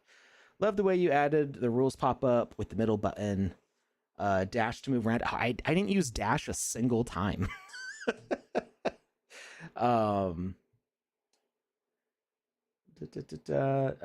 lost my place. Dash to move around was helpful late game. I felt like it needed a little more sound to really immerse me. Think about adding more audio as well as the start. Felt like a little like a waiting game to get going. See, I feel like I would have liked a more gradual introduction. Maybe like a skippable tutorial, but have like a first wave be like nothing but planting seeds, and then nothing but watering, and then nothing but nurturing, and then nothing but blowing up, and kind of like do it so that way you kind of get used to the feel of where those things are. But like I said, I think having them send from the number keys instead of sending it with right click would make it a little snappier to play. Or I don't want to make these suggestions saying that Lockle has to like make all these changes. Like, it's their game. They should make it the way that they want to. But if you wanted to make it feel a little smoother, I would try to reduce the number of controls you actually have to use, because this is a very fast-paced sort of arcade style game. I would love to see, I would maybe not make planting seeds part of the player's control, but have that just be a thing that happens. Like have a randomizer planting seeds all over the place. So instead you're like searching for seeds to pollinate, or in this case water. And then you only have 3 controls, do them on the mouse. So you have left click, middle click, right click be those controls, and map them also to 1, 2, 3, because sometimes people are playing on a laptop and don't have easy mouse controls. And then make anytime that you were supposed to use E to interact, just don't do that. Just have it be a trigger volume that the player's present. Because I was confused that I had to E to interact on the stars. I thought I was trying to blow them up. Like, I didn't know what to do with the stars. And then I figured out it was E to interact, but that there were other things with E to interact. I think having the E to interact while also trying to do 1, 2, 3, 4 and right click, it's a little too many different inputs. So if you can streamline those inputs, I think players will be able to achieve higher scores, because it'll make the gameplay smoother. That's kind of my opinion on it. Could be played much more easily without using a mouse. Yeah, I mean, that's kind of what I mean about sending the controls with 1, 2, 3, 4 without using the right click, or using just the mouse, right, instead of using the number keys at all. That way your left hand and right hand aren't trying to figure out what to do on the keyboard at the same time. I do think it is helpful to be able to rotate the camera in the direction you want to go in. You know, some people like being able to spin the view around. So, you know, I think you'll still want to use the mouse. But yeah, any way to streamline the controls, because if you look back to arcade games that have a similar feel to this, you know, like Atari and like NES stuff where it's just like a fast paced kind of craziness going on the screen. They really have just like directions and like two buttons. So when you introduce too many controls, then you start get a little. It's like a tongue twister for your fingers. And you start like, and it's a learning process, right? Like, I mean, the more I played this, the more I'll get used to it, and the easier it'll become. But I think the game will be more accessible if those controls are a little streamlined. What did the second judge say? Visually striking and conceptually clever, the fisheye effect adds a planetary illusion that enhances immersion and gives the gameplay a unique spatial charm. Yeah, so it wasn't until I like really engaged with the fact that it's like the moon bee that I was like, oh, okay. It's not. It's that we're on a planet, not that it's a microscope. You can't really control this. Well, okay. I guess you could use a mask, an image mask. If you put a instead of just using the vignette,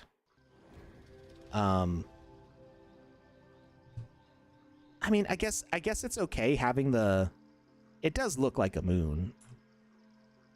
It is really beautiful. There's a dark side to the moon. I never even got this far out. That's cool. Okay, forget anything I was saying about adding an image mask over the top. I was thinking like adding if it was like attached to the player, if it was like attached to you, and then you could add like a harder edge line. But I think it is nice having a kind of a soft edge, gives a little atmosphere.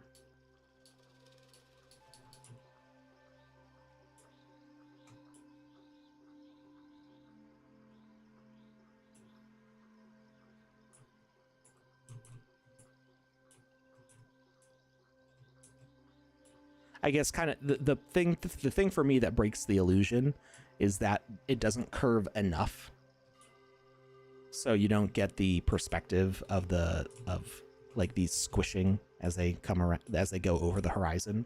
But I don't think that's really a thing that you can adjust without making the fisheye lens like super extreme.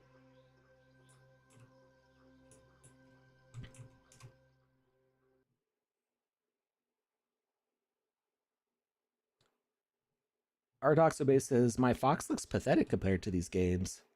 I don't know what you mean.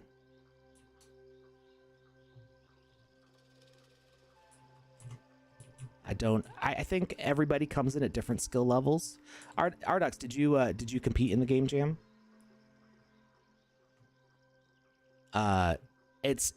There are people in this game jam who have been competing in these game jams for like 4 years. So, Foxy Life. So don't stop competing. Just keep on using it as a learning process. There are people in the top 10 who have been in honorable mentions. There's people in honorable mentions who have never won before but have competed a bunch of times before. There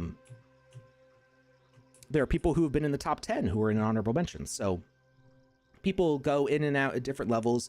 Just keep on using each one as a learning experience, and whatever you can, make sure your games are up on the gallery. People can see what you're doing. If you have land, publish them to your land, and just keep on learning, keep on growing. So, I mean, it is a tough competition. Like there are really skilled builders on here, but I would say don't let that discourage you. Use them as inspiration to drive your creativity further. Let's see.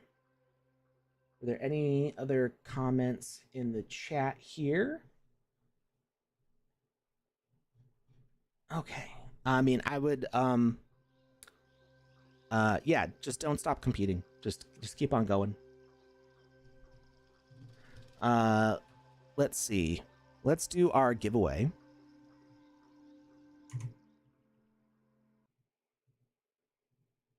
Actually, I'm going to put the giveaway in the chat one last time. Give you all a couple minutes to fill out that form.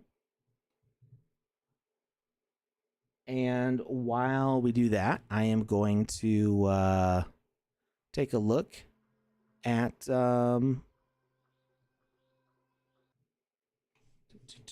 we can raid. Who's online? Oh, there was a question in the chat.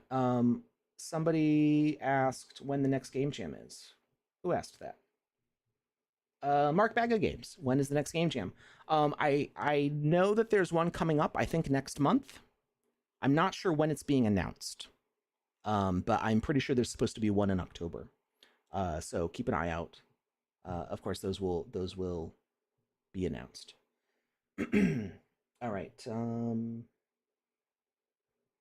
Apparently, we are in an ad break, and Twitch didn't say anything in the chat box to tell me that we were on an ad break.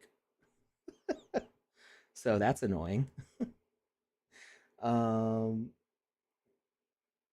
So let's see who is online. Looks like not a lot of people that I'm following are online. Anybody that the Sandbox is following?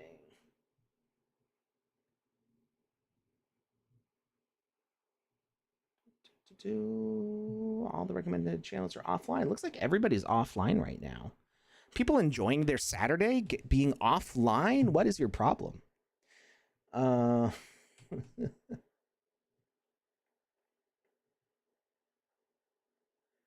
Jays thinks that in 1 month they will complete 1 year of only playing games in the Sandbox. That's actually pretty impressive. I mean, I play probably in the Sandbox more than anything else, just because of what I do.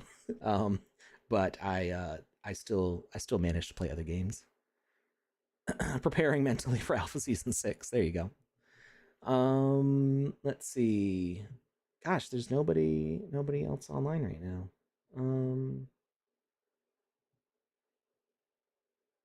Let's see here.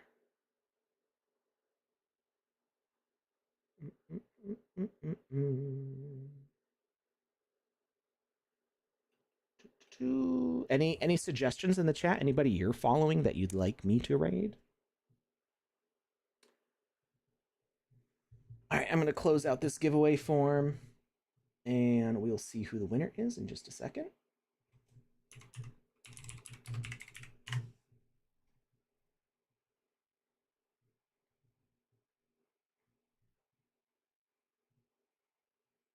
All right, there are 32 entries, so we're going to roll between 2 and 33.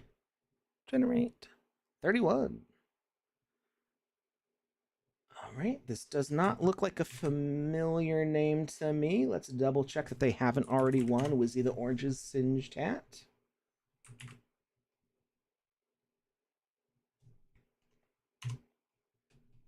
It looks like they have. So we're gonna try something else. Number 7. Who's this? Also a name I don't recognize.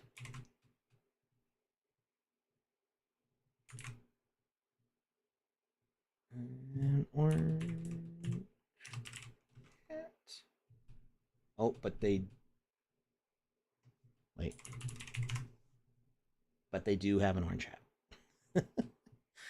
Sometimes I don't always know people's like Twitch names. Like I don't have them memorized, but 20. Oh, I recognize this name, but I don't know if they have an hat though. Let's see.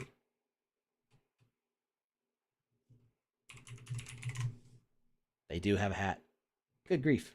You know, because you never know when we're going to give away premium passes for the alpha. I am 90% sure this person has an orange hat, but I could be wrong. Oh, you know what? They don't have an orange hat. What they have is a green hat. Recently, that's why their name is familiar. So congratulations to Ardox Obeys. You just won Wizzy the Orange's Singed Hat. So I'm going to mark that here. Could always give away duck to those who have the hat. I could. Sometimes we do. But today, it's easier when I have a co-host because then I can bounce these ideas back and forth in real time. But when I'm by myself, it's sometimes I'm juggling too many thoughts at once. All right. Ardox says, "Have a great weekend. I'm gonna go cry into a pillow." Don't do that. You can cry into the orange hat instead.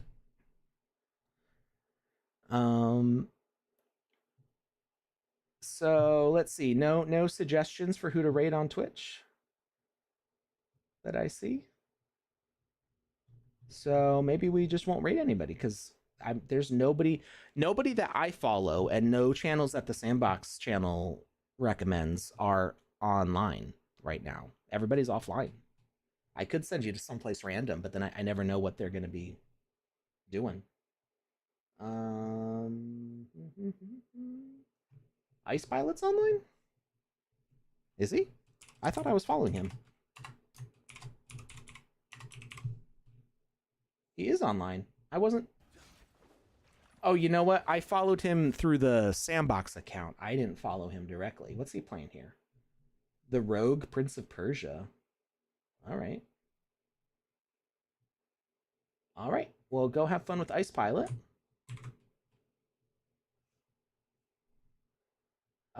Is he streaming from Mac? I don't know. I think he's a Mac user, right? Streaming from Xbox. You can go ask him in his chat. All right. Have a good raid, everybody. Have fun with Ice Pilot. Thank you for everybody who watched and participated in the game jam. We have a blast every time. Keep up the good work. Always stop. I almost said always stop learning. Always keep learning. Never stop learning. Somewhere in between those two. And have a great weekend. We will see you. I'll see you in Alpha Season 6 on Wednesday.